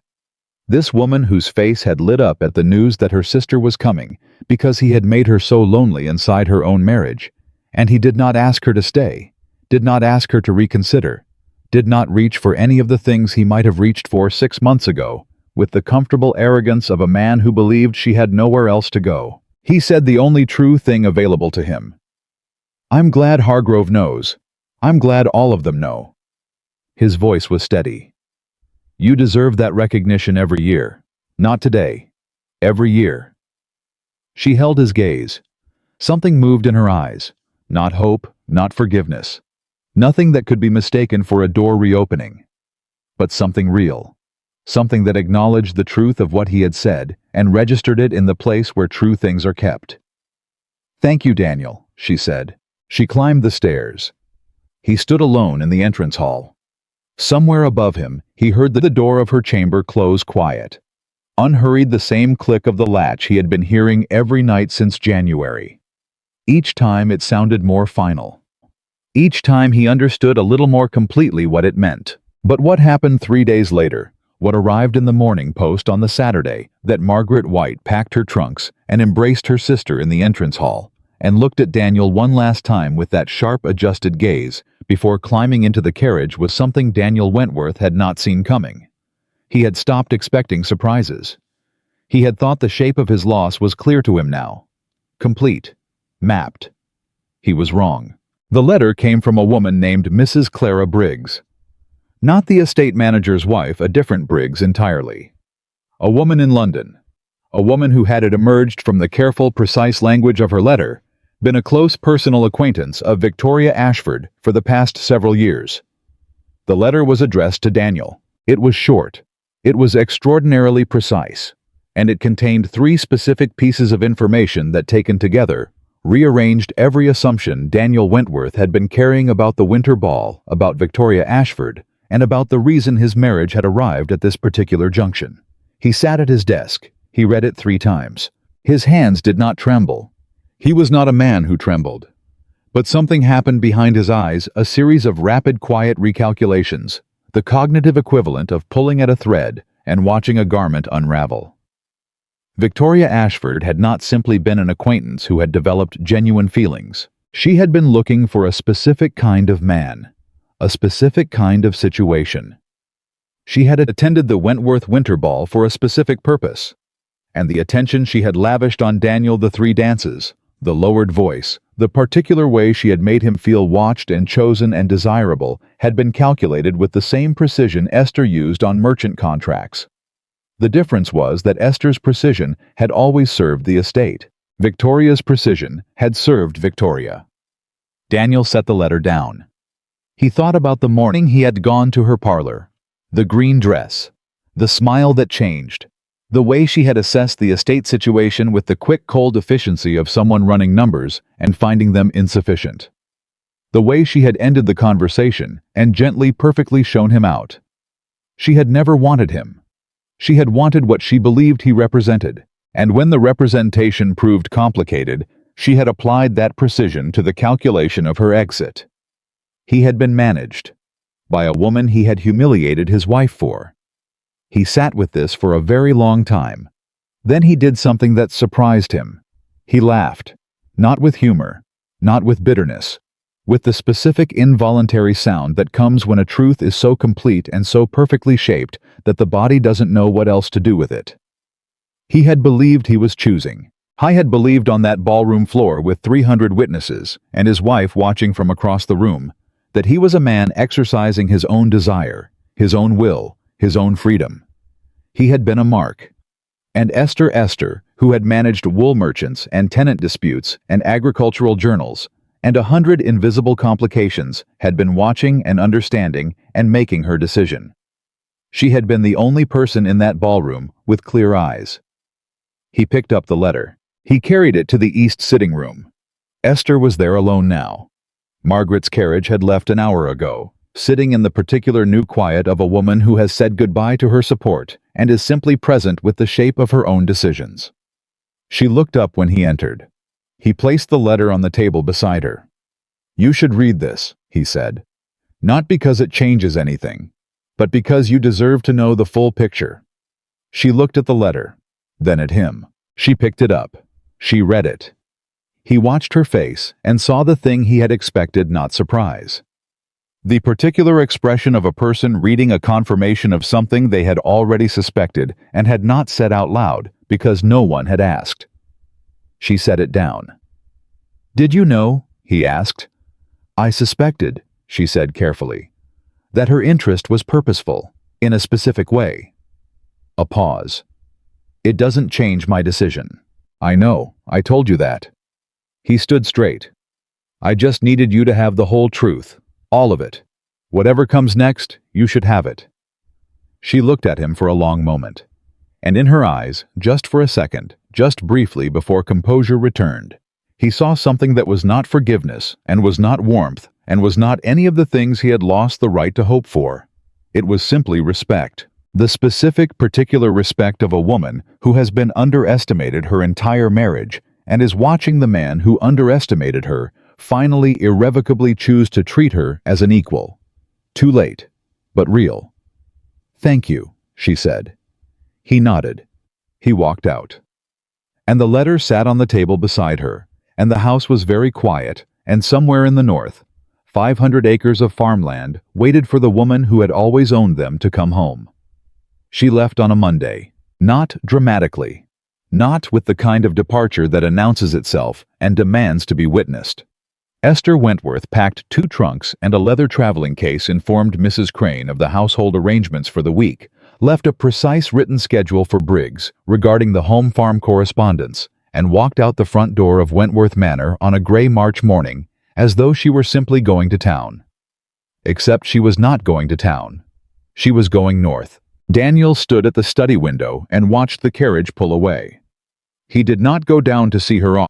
She had not asked him to, and he understood with the quiet precision of a man who had finally started paying attention that his presence at her departure would have been for his benefit and not hers. She did not need to be watched leaving. She did not need him to witness it, to make the moment meaningful for himself, to find some last gesture that might soften what was simply factually happening. She needed to go. So he stood at the window and watched the carriage until it turned at the east gate and disappeared behind the tree line. And then he sat down at his desk and opened the ledger that Briggs had left for him and began for the first time in his life to manage his own estate. It was harder than he had anticipated. Not the reading. He was an educated man. He understood numbers. But the reading of an estate's accounts is only the outermost layer of the thing beneath it. Lies context, history, relationship, the specific texture of why this tenant is reliable, and that merchant is not why this field underperforms in wet years, and what to do about it, which problems are seasonal, and which are structural, and which are actually the same problem wearing different faces at different times of year. Esther had known all of that. She had built that knowledge over 8 years with the patient, consistent attention of a woman who understood that management is not a skill you perform, but a practice you inhabit. He did not inhabit it. I was beginning from the outside, trying to read a map of a territory he had never walked. By Wednesday, he had made 2 decisions that Briggs quietly diplomatically indicated were suboptimal.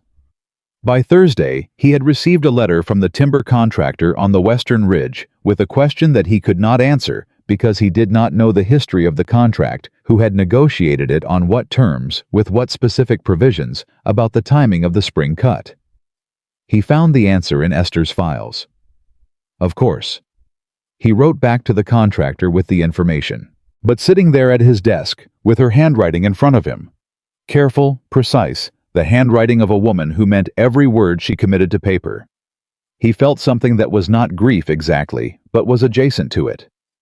The feeling of a man who has been given a comprehensive education in something too late for the education to be of any use. She had known the timber contractor's terms. She had known the drainage contractor's schedule, and the wool merchant's weights, and the tenant Henderson's family situation in the bad frost year, and the agricultural journal in Edinburgh, and 14 separate crises that had never become crises because she had caught them first. She had known all of it. And she had gone north. To a place that was hers. To build something that no one could take credit for but her. The northern farmlands in early spring were not beautiful in any conventional sense. The fields were brown and bare. The air was cold enough to make itself felt through good wool. The roads between the tenant farms were muddy and uneven, and the kind of difficult that requires concentration and does not allow for distraction. Esther loved them immediately. She had been here before twice in the early years of the marriage briefly, for estate purposes that had never fully specified her role. She had arrived and looked and understood and left without being given adequate time to stay. Now she had adequate time. She stayed with Margaret at the small house Margaret kept in the market town, 5 miles from the farmlands.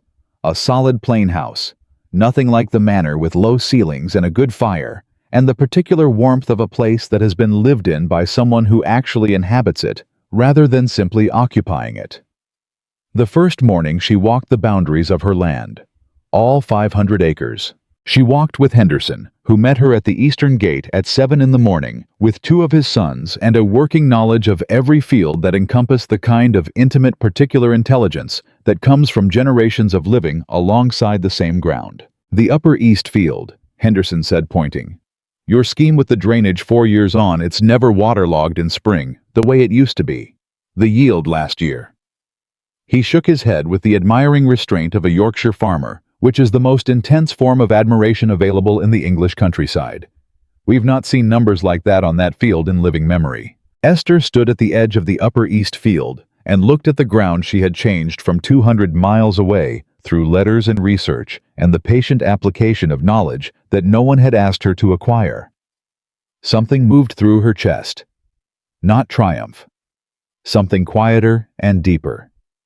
The feeling of a woman recognizing for the first time in years the full shape of her own capability. Walk me through the spring plan, she said to Henderson.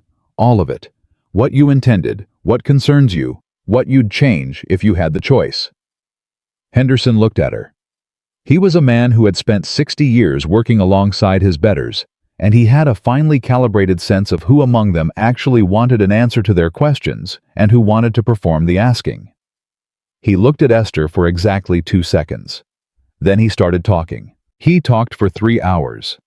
She asked questions that told him she had read everything, understood everything, and was ready to learn the things that couldn't be read.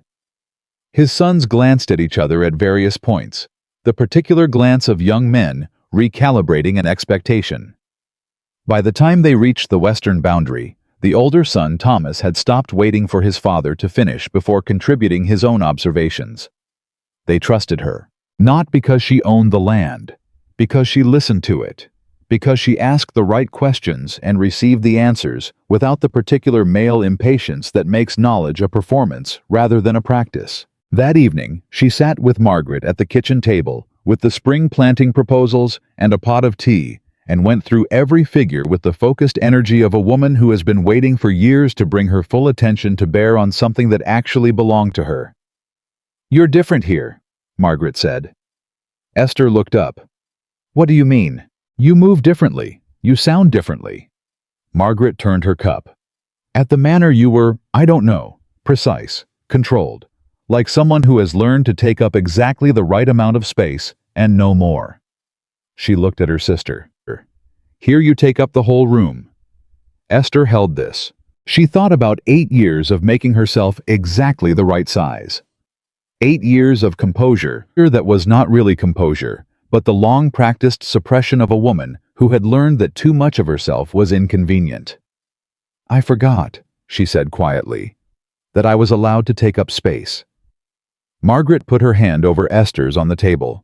She did not say anything. She didn't need to. Back at Wentworth Manor, the estate was performing a slow and comprehensive audit of everything Esther's absence revealed. This was not Daniel's fault precisely.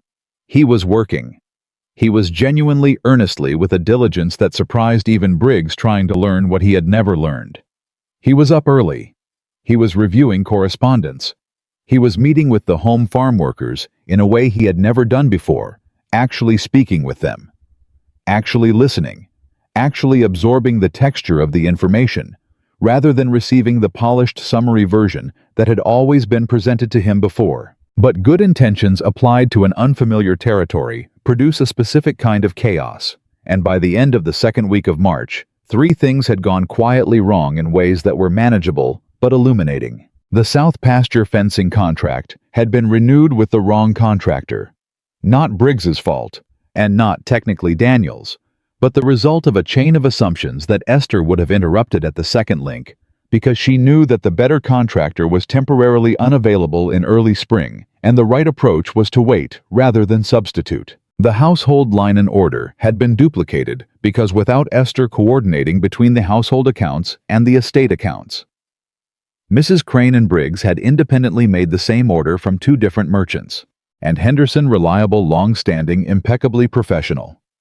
Henderson had sent a carefully worded letter asking whether the spring tenant agreement should be understood to be operating under the Northern Trust arrangement or the Wentworth estate arrangement, and noting that he wished to ensure complete clarity before the planting season began, since he had always conducted his business with Mrs. Wentworth directly and was not entirely certain of the current protocol. Daniel read Henderson's letter 3 times. The letter was perfectly respectful, utterly professional, and contained in its careful, courteous language the clearest possible statement of where the actual lines of authority had always run on this estate. Henderson was not asking to be difficult.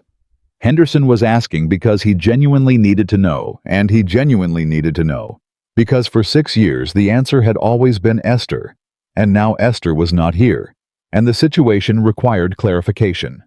Daniel wrote back. He told Henderson that the spring agreements should proceed under the Northern Trust arrangement, that Mrs. Wentworth remained the authority on all matters pertaining to that land, that Wentworth Manor would not be inserting itself into that correspondence going forward.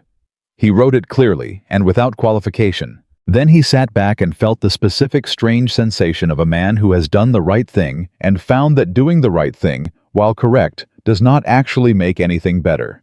He sent for Briggs. "The fencing contract," he said when Briggs arrived. "Tell me what happened." Briggs told him. And the linen duplication. Briggs told him that too. How many similar things are currently in motion that I don't know about? Briggs was quiet for a moment. There are approximately, that is, I can identify several items that would ordinarily have been coordinated through Mrs. Wentworth's oversight that are currently... He stopped. Started again. 7 items, sir, of varying urgency. I've been managing as best I can, but some of them require decisions that I'm not authorized to make, and some require knowledge of prior arrangements that I don't have full access to. Where is that knowledge? With Mrs. Wentworth, sir, in her files. Some of it I can reconstruct. Some of it... Another pause. Some of it lives only with her, in her memory, in the relationships she built. Things that aren't written down because she never needed to write them down. She simply knew them. Daniel closed his eyes. I thought about what it would cost in practical terms to replace what Esther had been doing. Not the land was legally hers, and that was settled. But the invisible architecture, the network of knowledge and relationship and contextual intelligence that had held this household and this estate in a kind of quiet functional order that he had never once looked at directly. He thought about what it would cost to hire someone to do what she had done. And then he thought about the fact that what she had done could not actually be hired for. Not completely. Because what she had done was not a position. It was a practice. It was 8 years of accumulated knowledge and relationship and care applied to a specific place by a specific person who had been in every sense that mattered irreplaceable. He opened his eyes. "Get me the 7 items," he said to Briggs. "I'll work through them today." Briggs nodded and left. Daniel sat alone in his study and looked at the wall. He thought about what Margaret had said. That careless men are everywhere. That the distinction between intention and habit doesn't much matter to the person being damaged by it. I thought about what it would mean to not be that man anymore. Not for Esther's sake, that ship had sailed, and he knew it, and he had stopped pretending otherwise. But for his own. Because the man he was discovering himself capable of being the man who sat with Henderson's letter and made the right call. The man who admitted to Briggs that he didn't know things. The man who had stood in the entrance hall and told his wife she deserved recognition. That man had always been available. He had simply never been required before. She had been so competent that she had never required him to be better. And he had mistaken the absence of requirement for the absence of need. The 4th week of March brought 2 things simultaneously on the same morning in the same post. The first was a letter from Miller, addressed to Daniel, formally notifying him that the Northern Trust had entered into a commercial wool agreement with a consortium of Northern merchants, not Hargreaves alone, but 3 additional buyers, an arrangement that would effectively increase the Trust's wool income by approximately 30% over the current rate. The agreement had been negotiated, the letter noted by Mrs. Esther White, over the course of 2 weeks of direct correspondence and a single meeting in the market town. 30%. In 2 weeks. While Daniel had been in his study, slowly learning the names of his own fencing contractors, he set Miller's letter down. He picked up the second letter. This one was from Lord Hargrove, addressed to Daniel. Brief, formal, and carrying the particular weight of a communication from a man who chooses his words with care because he means all of them. Wentworth. I write as chairman of the County Land Consortium regarding a matter of some significance. It has come to the consortium's attention that Mrs. Esther White, administrator of the Northern Farmland Trust, has expressed an interest in presenting to the consortium at the summer quarterly meeting regarding new agricultural methods she has been developing and piloting on the trust lands. We wish to extend a formal invitation for this presentation. I write to notify you as a courtesy and to note that the consortium would consider it appropriate if you would communicate the invitation to Mrs. White directly given the personal circumstances. Hargrove. Daniel read it twice. Then he set it beside Miller's letter on his desk. The County Land Consortium invited landowners to present at the quarterly meeting when they had done something worth presenting. It was not a social courtesy. It was a professional acknowledgement, the kind that was extended to men who had managed their land with demonstrable excellence, the kind that in Daniel's memory had never been extended to a woman. Hargrove was extending it to Esther, Because she had done something worth presenting. Because in 2 weeks north, she had negotiated a 30% income increase and apparently been developing agricultural methods significant enough that the consortium wanted to hear about them. Daniel sat at his desk for a long time. Then he did something he had been avoiding because it felt in its smallness insufficient. He wrote her a letter.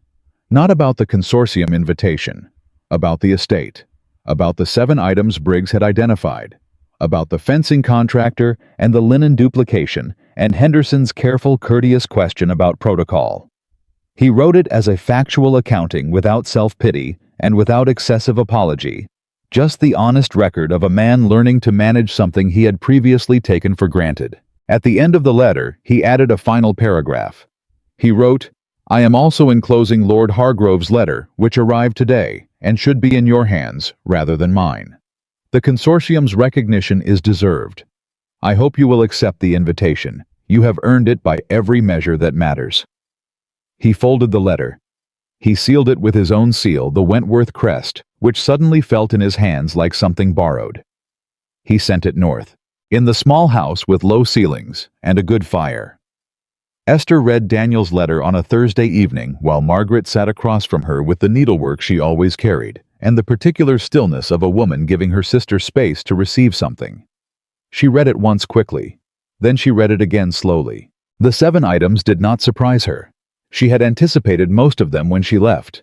She had even before leaving made a private note of the situations most likely to require attention and the files most likely to be needed, and had left that note in her correspondence folder where Briggs would eventually find it. She had debated whether to make it easier for them and had concluded that yes, she would, because the people who would suffer from chaos were not Daniel, but the workers and tenants and contractors who depended on the estate functioning, and she was not willing to let them bear the cost of a lesson aimed at someone else. But Daniel's last paragraph. She read that a third time. "I hope you will accept the invitation. You have earned it by every measure that matters." She folded the letter. She held it the way she had held Margaret's letter the morning it arrived, pressed between both hands, briefly feeling its shape.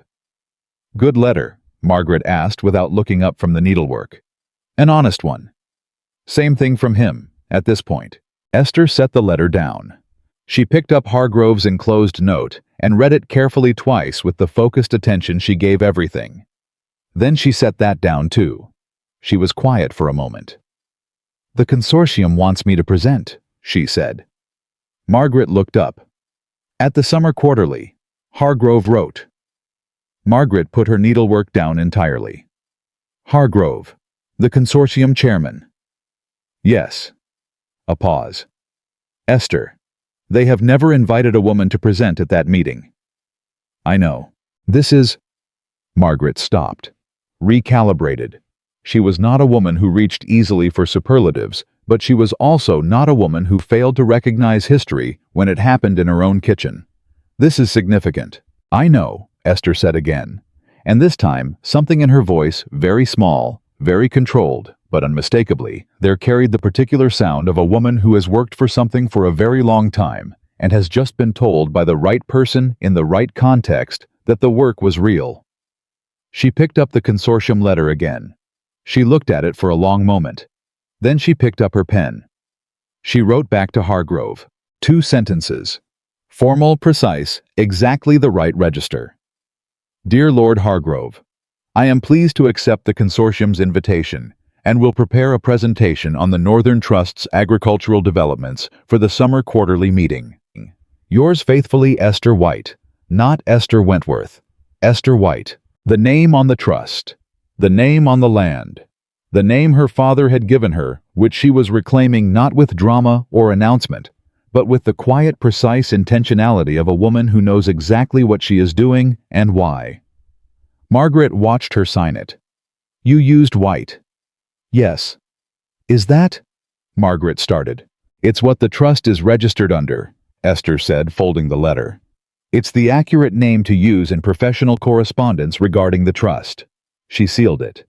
"It also happens to be who I am." Margaret picked up her needlework again. Said nothing.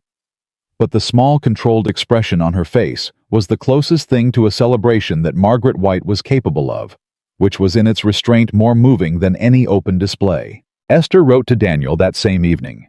Brief, factual, acknowledging the 7 items with notes on each where the information was, who to contact, what the correct approach was. She wrote it as a colleague might write to another colleague. Useful, precise, without warmth and without coldness. At the end, she added one line. I have accepted the consortium invitation. Thank you for forwarding it. She signed it E. White. Daniel received the letter on a Saturday morning. He read through her notes on the 7 items, each one, a small specific education in the texture of what he had never known, and then reached the final line. E. White. He sat with that signature for a long time. He thought about the ivory comb she had worn to the ball.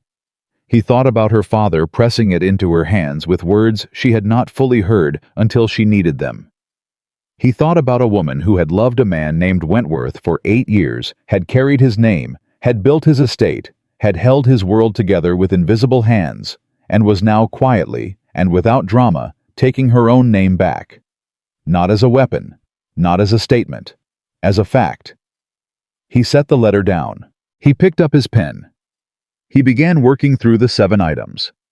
By April, something was shifting in the county that had no official name, but was felt by everyone who paid attention to such things, which in a county of this kind was nearly everyone. The northern farmlands, once a footnote in discussions of the Wentworth estate, had become a subject of genuine interest in their own right.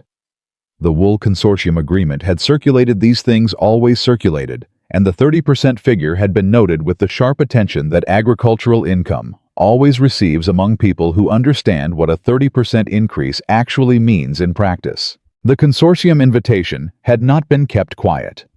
Hargrove was not a man who did things quietly. He was a man who did things correctly, and he considered it correct that the county know he had issued a formal invitation to a woman who had earned it. There were opinions. There were always opinions. Mrs. Pemberton said to Lady Clifton at a Tuesday morning call that she had always thought Esther Wentworth. Esther White, she corrected herself with the particular precise politeness of a woman updating her information in real time, was the most capable person in any room she entered, and that it was about time someone official said so. Colonel Fairfax told Lord Ashton over drinks that the whole business with the Northern Trust made him wonder how many other estates in the county were operating on similar arrangements with similar invisible architectures, which Ashton considered the most intelligent thing Fairfax had said in 3 years. And Victoria Ashford, who had retreated to her own small estate after the winter and had been notably absent from county social events since February, sent a brief and formally correct note to an acquaintance in the market town that mentioned she was considering a visit to relatives in Bath for the spring. Bath specifically being a considerable distance from the county. Daniel heard about Victoria's planned departure from Ashton, who mentioned it in passing without emphasis on a Wednesday afternoon, the particular social shorthand of a friend, communicating that a problem has resolved itself and no further attention is required. Daniel received this information without feeling the relief he might have expected, because Victoria's departure was not a comfort. It was a clarification. She was leaving because the county's opinion of the situation had settled in a direction that was not favorable to her, because Esther's quiet, unstoppable competence had made the story legible to everyone who cared to read it, and the story did not reflect well on the woman who had been used, however willing she had been, as an instrument in Daniel's carelessness. He did not feel vindicated. He felt the precise absence of the satisfaction he might have wanted. Because the thing he wanted, which was not Victoria's departure, and not the consortium's recognition of Esther, and not even the grudging re-evaluation of his peers, the thing he actually wanted underneath all of it could not be recovered by any of those events. He missed his wife, not the performance of her, not the management she provided, not the income or the competence or the invisible labor that had held his world together. He missed the specific person who had sat across from him at breakfast for 8 years and been quietly, genuinely herself, sharp and capable, and occasionally funny, in a dry, economical way he had never properly appreciated, and whom he had looked at so rarely that he was only now in her absence beginning to understand what he had actually been looking at. He wrote her a letter that was not about the estate. He started it 4 times. He tore up 3 versions. The 4th version was short. He wrote, I have been trying to write this letter for 3 days. The versions I have discarded were all attempts to say something that sounds, when I put it plainly, very simple. I miss you. Not your management of the estate, or the income from the trust, or the invisible work that is now visible by virtue of its absence. I miss you. I understand that this is not information you require, and possibly not information you wanted. I am sending it because I decided after considerable reflection that you deserve honesty even when it is no longer useful. He held the letter. He debated for a long time, then he folded it, sealed it, sent it. He did not expect an answer. He received one in 4 days. Short. Her handwriting careful, precise, every word chosen. Daniel. I received your letter. I believe you. I want you to know that the missing is real, and that I understand it because there is something I miss too. Not what we had, but what we might have had, if either of us had understood sooner what we were actually doing. I think you are becoming someone worth knowing. I hope for your sake that you continue. Yours in honesty, E. He read it once, twice. He folded it. He placed it in the center drawer of his desk, the drawer where he kept things that mattered. He sat for a long time in the spring light coming through his study window. Outside, he could hear Briggs speaking with one of the home farm workers about the south pasture, a conversation that 2 months ago he would never have been able to interpret. He could interpret it now. He understood the issue, knew the relevant history, could hear in the exchange the specific texture of a problem that was manageable with the right decision made today rather than deferred until it became a crisis. He got up. He went outside. He joined the conversation. It was a small thing, entirely ordinary. Nothing that would have looked to any observer like anything other than a landowner speaking with his estate manager about a fence line. But it was the first time Daniel Wentworth had gone outside, because he understood what was happening and knew he could help. Not because his presence was required or expected, not because he was performing the role of proprietor, but because it was his land and his responsibility, and he was finally actually inhabiting both. Briggs glanced at him when he arrived. A brief sideways glance, recalibrating again, noting the change. The southern contractor, Daniel said. Don't renew with Harker. Wait for Dunmore to be available in May. The additional month is worth it. Dunmore's work holds through wet winters in a way Harker's doesn't. He had learned this from Esther's files. Briggs looked at him for a moment. Yes, sir, he said. And there was something in it, not surprise exactly, but the particular quality of a person deciding to trust a process they weren't sure about yet. The home farm worker went back to his work. Daniel stood in the March air and felt the ground solid under his feet, and the responsibility of it, actual specific inhabited responsibility, not the abstract assumption of ownership, but the real and daily practice of stewardship for the first time in his life. He thought about Esther standing at the edge of the Upper East Field. He did not know what she had looked like. He had not been there. But he could imagine it, the same composed stillness she carried everywhere, the same precise attention, the same quiet taking stock of a situation before making a move. He thought, I hope the land is good to her. Then he went back inside and returned to his desk. There was still so much to learn. I was beginning to understand that learning it the way she had from the ground up was the most honest thing he could do with whatever came next. He pulled the ledger toward him. He opened it to the first page. He started reading from the beginning. The summer quarterly meeting of the County Land Consortium fell on a Thursday in late June.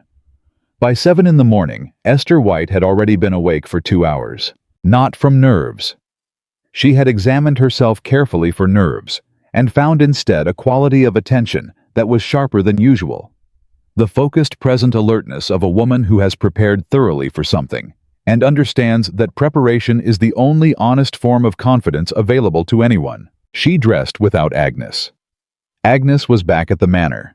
Esther had Margaret instead, who handed her the ivory comb without being asked, and did not say anything sentimental about it, which was exactly the right thing to do. Esther pressed the comb into her hair and looked at herself in the small mirror of Margaret's house, and saw someone she recognized.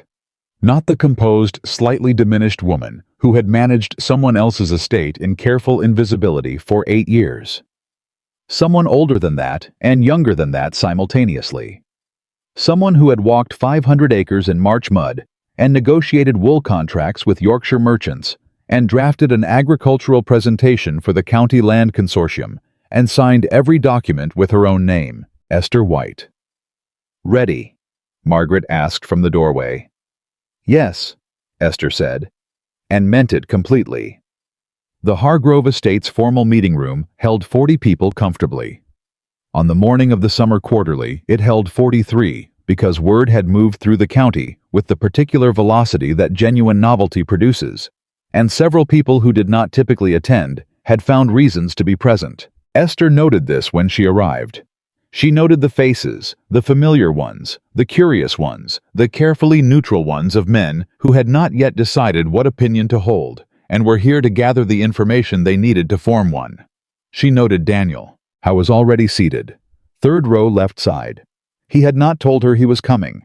She had not told him she had noted his absence from any previous consortium meeting she had attended in a professional capacity, which was to say, she had never attended one in a professional capacity, which was to say, this was the first time, and he had come anyway. Their eyes met briefly across the room. Hy gave her a small nod. Nothing that asked for anything. Nothing that claimed anything. Simply the acknowledgement of a man who had decided that being present and making no demands was the most honest support he could offer. She looked away and took her seat at the front of the room beside Miller, who had his documents arranged with the precision of a man who has been waiting a long time for this particular morning. Lord Hargrove called the meeting to order at 9. The first hour was standard consortium business crop reports, road maintenance agreements, a brief and pointed discussion about the northern wool pricing that became less brief when three landowners realized simultaneously that the new consortium agreement Esther had negotiated in March had effectively reset the baseline price for the entire county. Which was not something she had planned, which was something she had understood was possible when she negotiated it. She sat quietly while they discussed it. She watched the room process the information. She watched the specific moment when Colonel Fairfax turned his head and looked at her with the expression of a man understanding for the first time the full scope of what had been sitting quietly in their county for 8 years, doing things they hadn't known to look for. Hargrove restored order. He moved the agenda forward with the efficiency of a man who had run these meetings for 20 years and understood that momentum once lost is difficult to recover. "The final item on this morning's agenda," Hargrove said, "is a presentation by the administrator of the Northern Farmland Trust regarding new agricultural methods and their demonstrable impact on yield and income.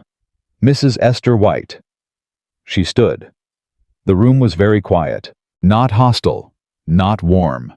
The particular professional quiet of people who have decided to listen before forming an opinion, which is the most that could be asked for, and in this context was more than she had expected. She began. She had prepared for 40 minutes. She spoke for 42. She covered the drainage system, the crop rotation methodology, the specific soil analysis she had commissioned from an Edinburgh academic whose work she had been corresponding with for 3 years, the tenant engagement model she had built, because land is not managed by the person who owns it, but by the people who work it, and the quality of that relationship determines everything else. She spoke without notes after the first 10 minutes. Not because she had memorized a performance, but because she knew the material, the way you know something you have lived inside of, and the room felt it, and something shifted in the quality of their attention. By the 30-minute mark, Pembroke had leaned forward. By the 35th minute, a man named Caldwell, large landowner, east side of the county, notoriously skeptical of anything he hadn't personally initiated, raised his hand before she had finished her sentence. Hargrove acknowledged him. "The yield increase on the Upper East Field," Caldwell said. 22% over 4 years. You said that was attributable to the combined drainage and rotation approach, primarily. There's also a soil amendment component that accounts for approximately 6% of the improvement independently. I can leave the full breakdown with Miller's office for anyone who wants to review the detail. Caldwell looked at the man beside him. The man beside him looked at Caldwell. "I have a field with a similar drainage problem," Caldwell said carefully. "West side. Been losing roughly 15% of potential yield every wet spring for the past decade." "I know the field," Esther said. You're adjacent to the Henderson property on your northeast boundary, the subsurface water table in that area. Caldwell stared at her. You know my land? I know most of the land in this valley. I've been studying the agricultural situation of this county for 6 years. She said it simply without performance. It seemed useful to understand the context my own land was operating in. The room absorbed this. Hargrove made a sound that was not quite a cough and not quite a laugh. She finished her presentation. She summarized the Wool Consortium agreement and the projected income trajectory for the trust over the next 5 years. She proposed as a final item that the consortium consider developing a shared agricultural research exchange, a forum through which landowners could share findings rather than each independently reinventing solutions that already existed on a neighboring property. This last proposal landed in the room with a specific quality of silence that she had learned to read. It was the silence of people who think an idea is good and are recalibrating their prior assumption that the person who offered it would not have good ideas. Hargrove thanked her. She sat down. The applause was not thunderous. It was not the applause of men who had decided to love everything she said. It was the measured, genuine appreciation of people who had received something of real value and knew it, which was worth more. After the formal meeting concluded, something happened that Esther had not anticipated. The men came to her. Not all of them, but enough. Pembroke first with a direct question about his eastern field rotation. Then a younger landowner she didn't know by name who had a drainage problem and wanted to know which Edinburgh academic she had been corresponding with. Then Caldwell, who stood in front of her for a full 30 seconds, saying nothing, while apparently completing some internal calculation, and then said simply, "Send me the full breakdown. I'll have my man look at the west field. I'll have Miller's office send it by Friday," she said. "Good." He walked away, paused, turned back. "You should have been presenting at these meetings 5 years ago." She held his gaze steadily. "Yes, I should have." He absorbed this without flinching, which she respected, and walked away. Miller appeared at her elbow. He was smiling the restrained smile of a man in his 70s who has been in the legal profession long enough that genuine satisfaction has become a rare and therefore precious thing. "Your father," he said quietly, "would have found this morning very satisfying." She felt something move through her chest. She pressed her lips together briefly, composed herself. "Thank you, Mr. Miller. The research exchange proposal," he said. "Hargrove pulled me aside before you finished. He wants to discuss it formally at the autumn meeting, with you as the proposing member." She blinked. "As a member?" "That would be the implication, yes." He adjusted his spectacles. "The consortium has never had a woman member. I believe they are about to." She stood very still for a moment. Then she said, "Tell Lord Hargrove I'm available to discuss it at his convenience." Miller nodded, walked away. She stood alone for one moment in the meeting room of the Hargrove estate and let herself feel the full weight of what had just happened. Not triumph was loud, and this feeling was not loud. It was deep. The particular profound satisfaction of a woman who has worked for something real and been told by people with the authority to say so that the work was worth exactly what she knew it was worth. She had known it all along. It was simply better to hear it confirmed. Daniel found her in the entrance hall as the room emptied. He waited until the others had moved past. He stood in front of her and looked at her with the expression she had come to associate with his most honest moments, open, undefended, not reaching for anything. "The research exchange proposal," he said. "That was yours. Entirely yours. Not from the trust management, not from the Edinburgh correspondence. From the way you think about problems." She looked at him. "Yes. I would not have thought of it." A pause. "I would not have thought of most of what happened in that room this morning." "I know. I'm not saying it to diminish myself. I'm saying it because I want you to know that I understand now the full scope of what I was living alongside without seeing." His voice was steady. He was not asking for anything. "You are remarkable, Esther. Not in the way people say to be kind. In the way that is simply accurate." She held his gaze. 8 years. 8 years of invisible work and careful composure, and a woman making herself exactly the right size, in a space that had never properly measured her. And this man who had danced with someone else in front of 300 people and believed she had nowhere to go was standing in front of her, now saying the thing that was true in the right place, with the right witnesses, too late. "Thank you, Daniel," she said. "I know it doesn't change anything." "No, it doesn't." "I know." He looked at her for one more moment. "I hope the consortium gives you everything you've earned. They're going to ask me to become a member." He went very still. Then something moved across his face that was not quite a smile and was not quite grief, but was somewhere between them, the expression of a man who has arrived at a place where the thing that makes him proud and the thing that hurts him are the same thing. "Good," he said, quietly, completely. "Good." He walked away. She watched him go straight-backed, measured the walk of a man carrying something heavy and choosing to carry it without performance. She had once loved that walk. She still recognized it. But recognition, she had learned, is not the same as wanting. And wanting, she had learned, is not the same as choosing. And choice, real choice, the kind made with clear eyes and full information, and the settled certainty of a woman who knows her own mind, was what she had now. She had chosen her land, her name, her work. She was going home to them. What happened in the months that followed had no single dramatic moment. There was no confrontation, no final scene, no thunderclap of resolution. What happened was quieter than that, and more permanent, and truer to the nature of both people involved. The legal separation of the trust from the Wentworth estate was completed in August. Miller handled it. The documents were precise and complete, and both parties signed without objection or delay. Daniel had retained his own solicitor, this time a younger man who came with better references and less inclination toward convenient summarizing, and that solicitor had confirmed every word of Miller's accounting and advised his client to sign, which Daniel did on a Tuesday afternoon in Miller's office in Esther's presence without ceremony or speech. He signed. She signed. They were witnessed. It was done. Outside Miller's office afterward, they stood on the high street in the August warmth for a moment before their separate carriages arrived. "The estate," Esther said. "The home farm yield this summer. Briggs told me it's up from last year." Daniel glanced at her.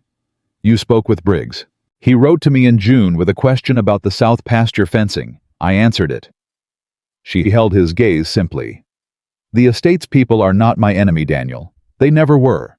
I have no interest in watching something fail that workers and tenants depend on. I never did."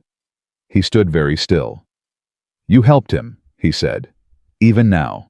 "I answered a question about a fence." But there was something in her voice, not warmth exactly, but the absence of coldness. The acknowledgement of a complexity that didn't resolve neatly. The people on that estate worked hard for years. They deserve a functioning place to work in. His carriage arrived first. He moved toward it, stopped, turned back. "Esther." He stood on the high street of their county town in the August light, and he was the most undefended she had ever seen him. No charm, no authority, no comfortable assumption. Just a man. Is there any version of the future in which we are something to each other?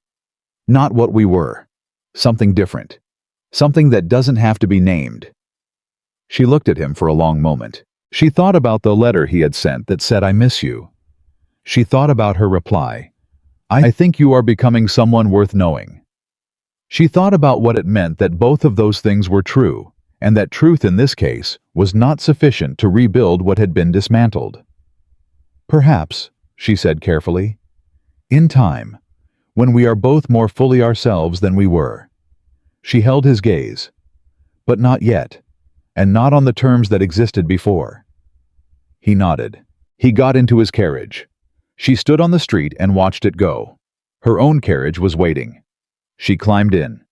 She looked out the window as the town moved past her, and she did not cry, and she did not feel the particular hollow ache she had expected to feel at the completion of something that had once been her entire life. She felt instead the sensation she associated with the Upper East Field in March, something firm and real beneath her feet, the solid acknowledgement of ground that had always been hers, waiting for her to stand on it properly.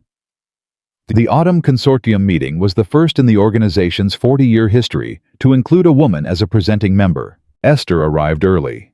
She sat in the chair that had been assigned to her, not at the edge of the room, but at the table in the configuration of membership, the configuration of a person who belongs there, and she spread her notes and prepared herself, and felt the full inhabited reality of a moment she had not known to want until she was inside it. Hargrove opened the meeting. He introduced the new member with the brisk, business-like warmth of a man who considers himself to have made an overdue correct decision and sees no need to make excessive ceremony of it. The room received the introduction with the particular measuring attention that new things always receive. She did not look around to see who was skeptical and who was not. She looked at Hargrove. She nodded. She was here. That was the whole of it. After the meeting, Caldwell fell into step beside her as the group dispersed. He had reviewed the drainage documentation she had sent.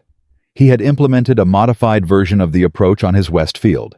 He wanted to tell her the early results. They walked together toward the carriages, talking about soil and water tables, and the particular stubbornness of Yorkshire clay.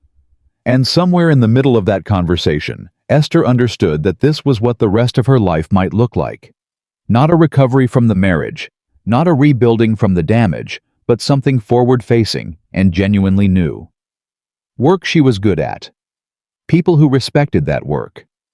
A name that meant something because she had made it mean something. Esther White, Northern Trust, Consortium member, the woman who had turned 500 neglected acres into the most productive farmland in the Eastern Valley. Henderson found her before she reached her carriage. He was not a man for speeches.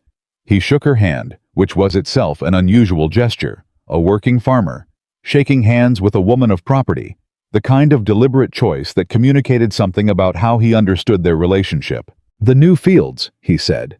"The ones we broke in the spring, first harvest in September. I saw the numbers. 31% above what that ground has ever produced."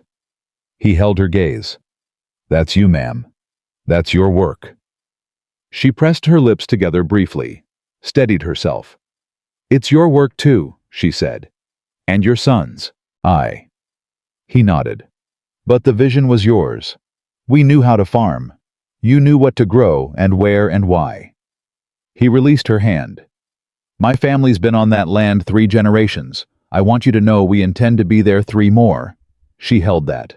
She held it all the way home in the carriage through the autumn afternoon, past the fields she could now see with the specific, intimate knowledge of someone who has walked every boundary and spoken with every worker and understood every patch of ground in terms of what it was and what it could become. She held it the way she had held her father's letter, the way she had held the ivory comb, the way she held every real thing, every true thing, pressed between both hands, briefly feeling its shape.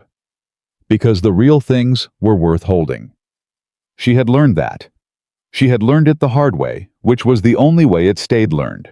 The last time Esther and Daniel shared the same room was at a county gathering in November, the kind of large formal evening that the county held once a season, and that required the attendance of anyone with a stake in being seen. Esther arrived with Margaret, who had extended her visit through the autumn and showed no particular signs of intending to leave, which suited Esther entirely. She moved through the room with the ease of a woman who has stopped performing and started simply being, speaking with Caldwell about the Westfield results, nodding to Pembroke, accepting a brief and genuine compliment from Hargrove's wife that she received with the graceful directness of someone who has learned to say thank you without deflection or excessive modesty.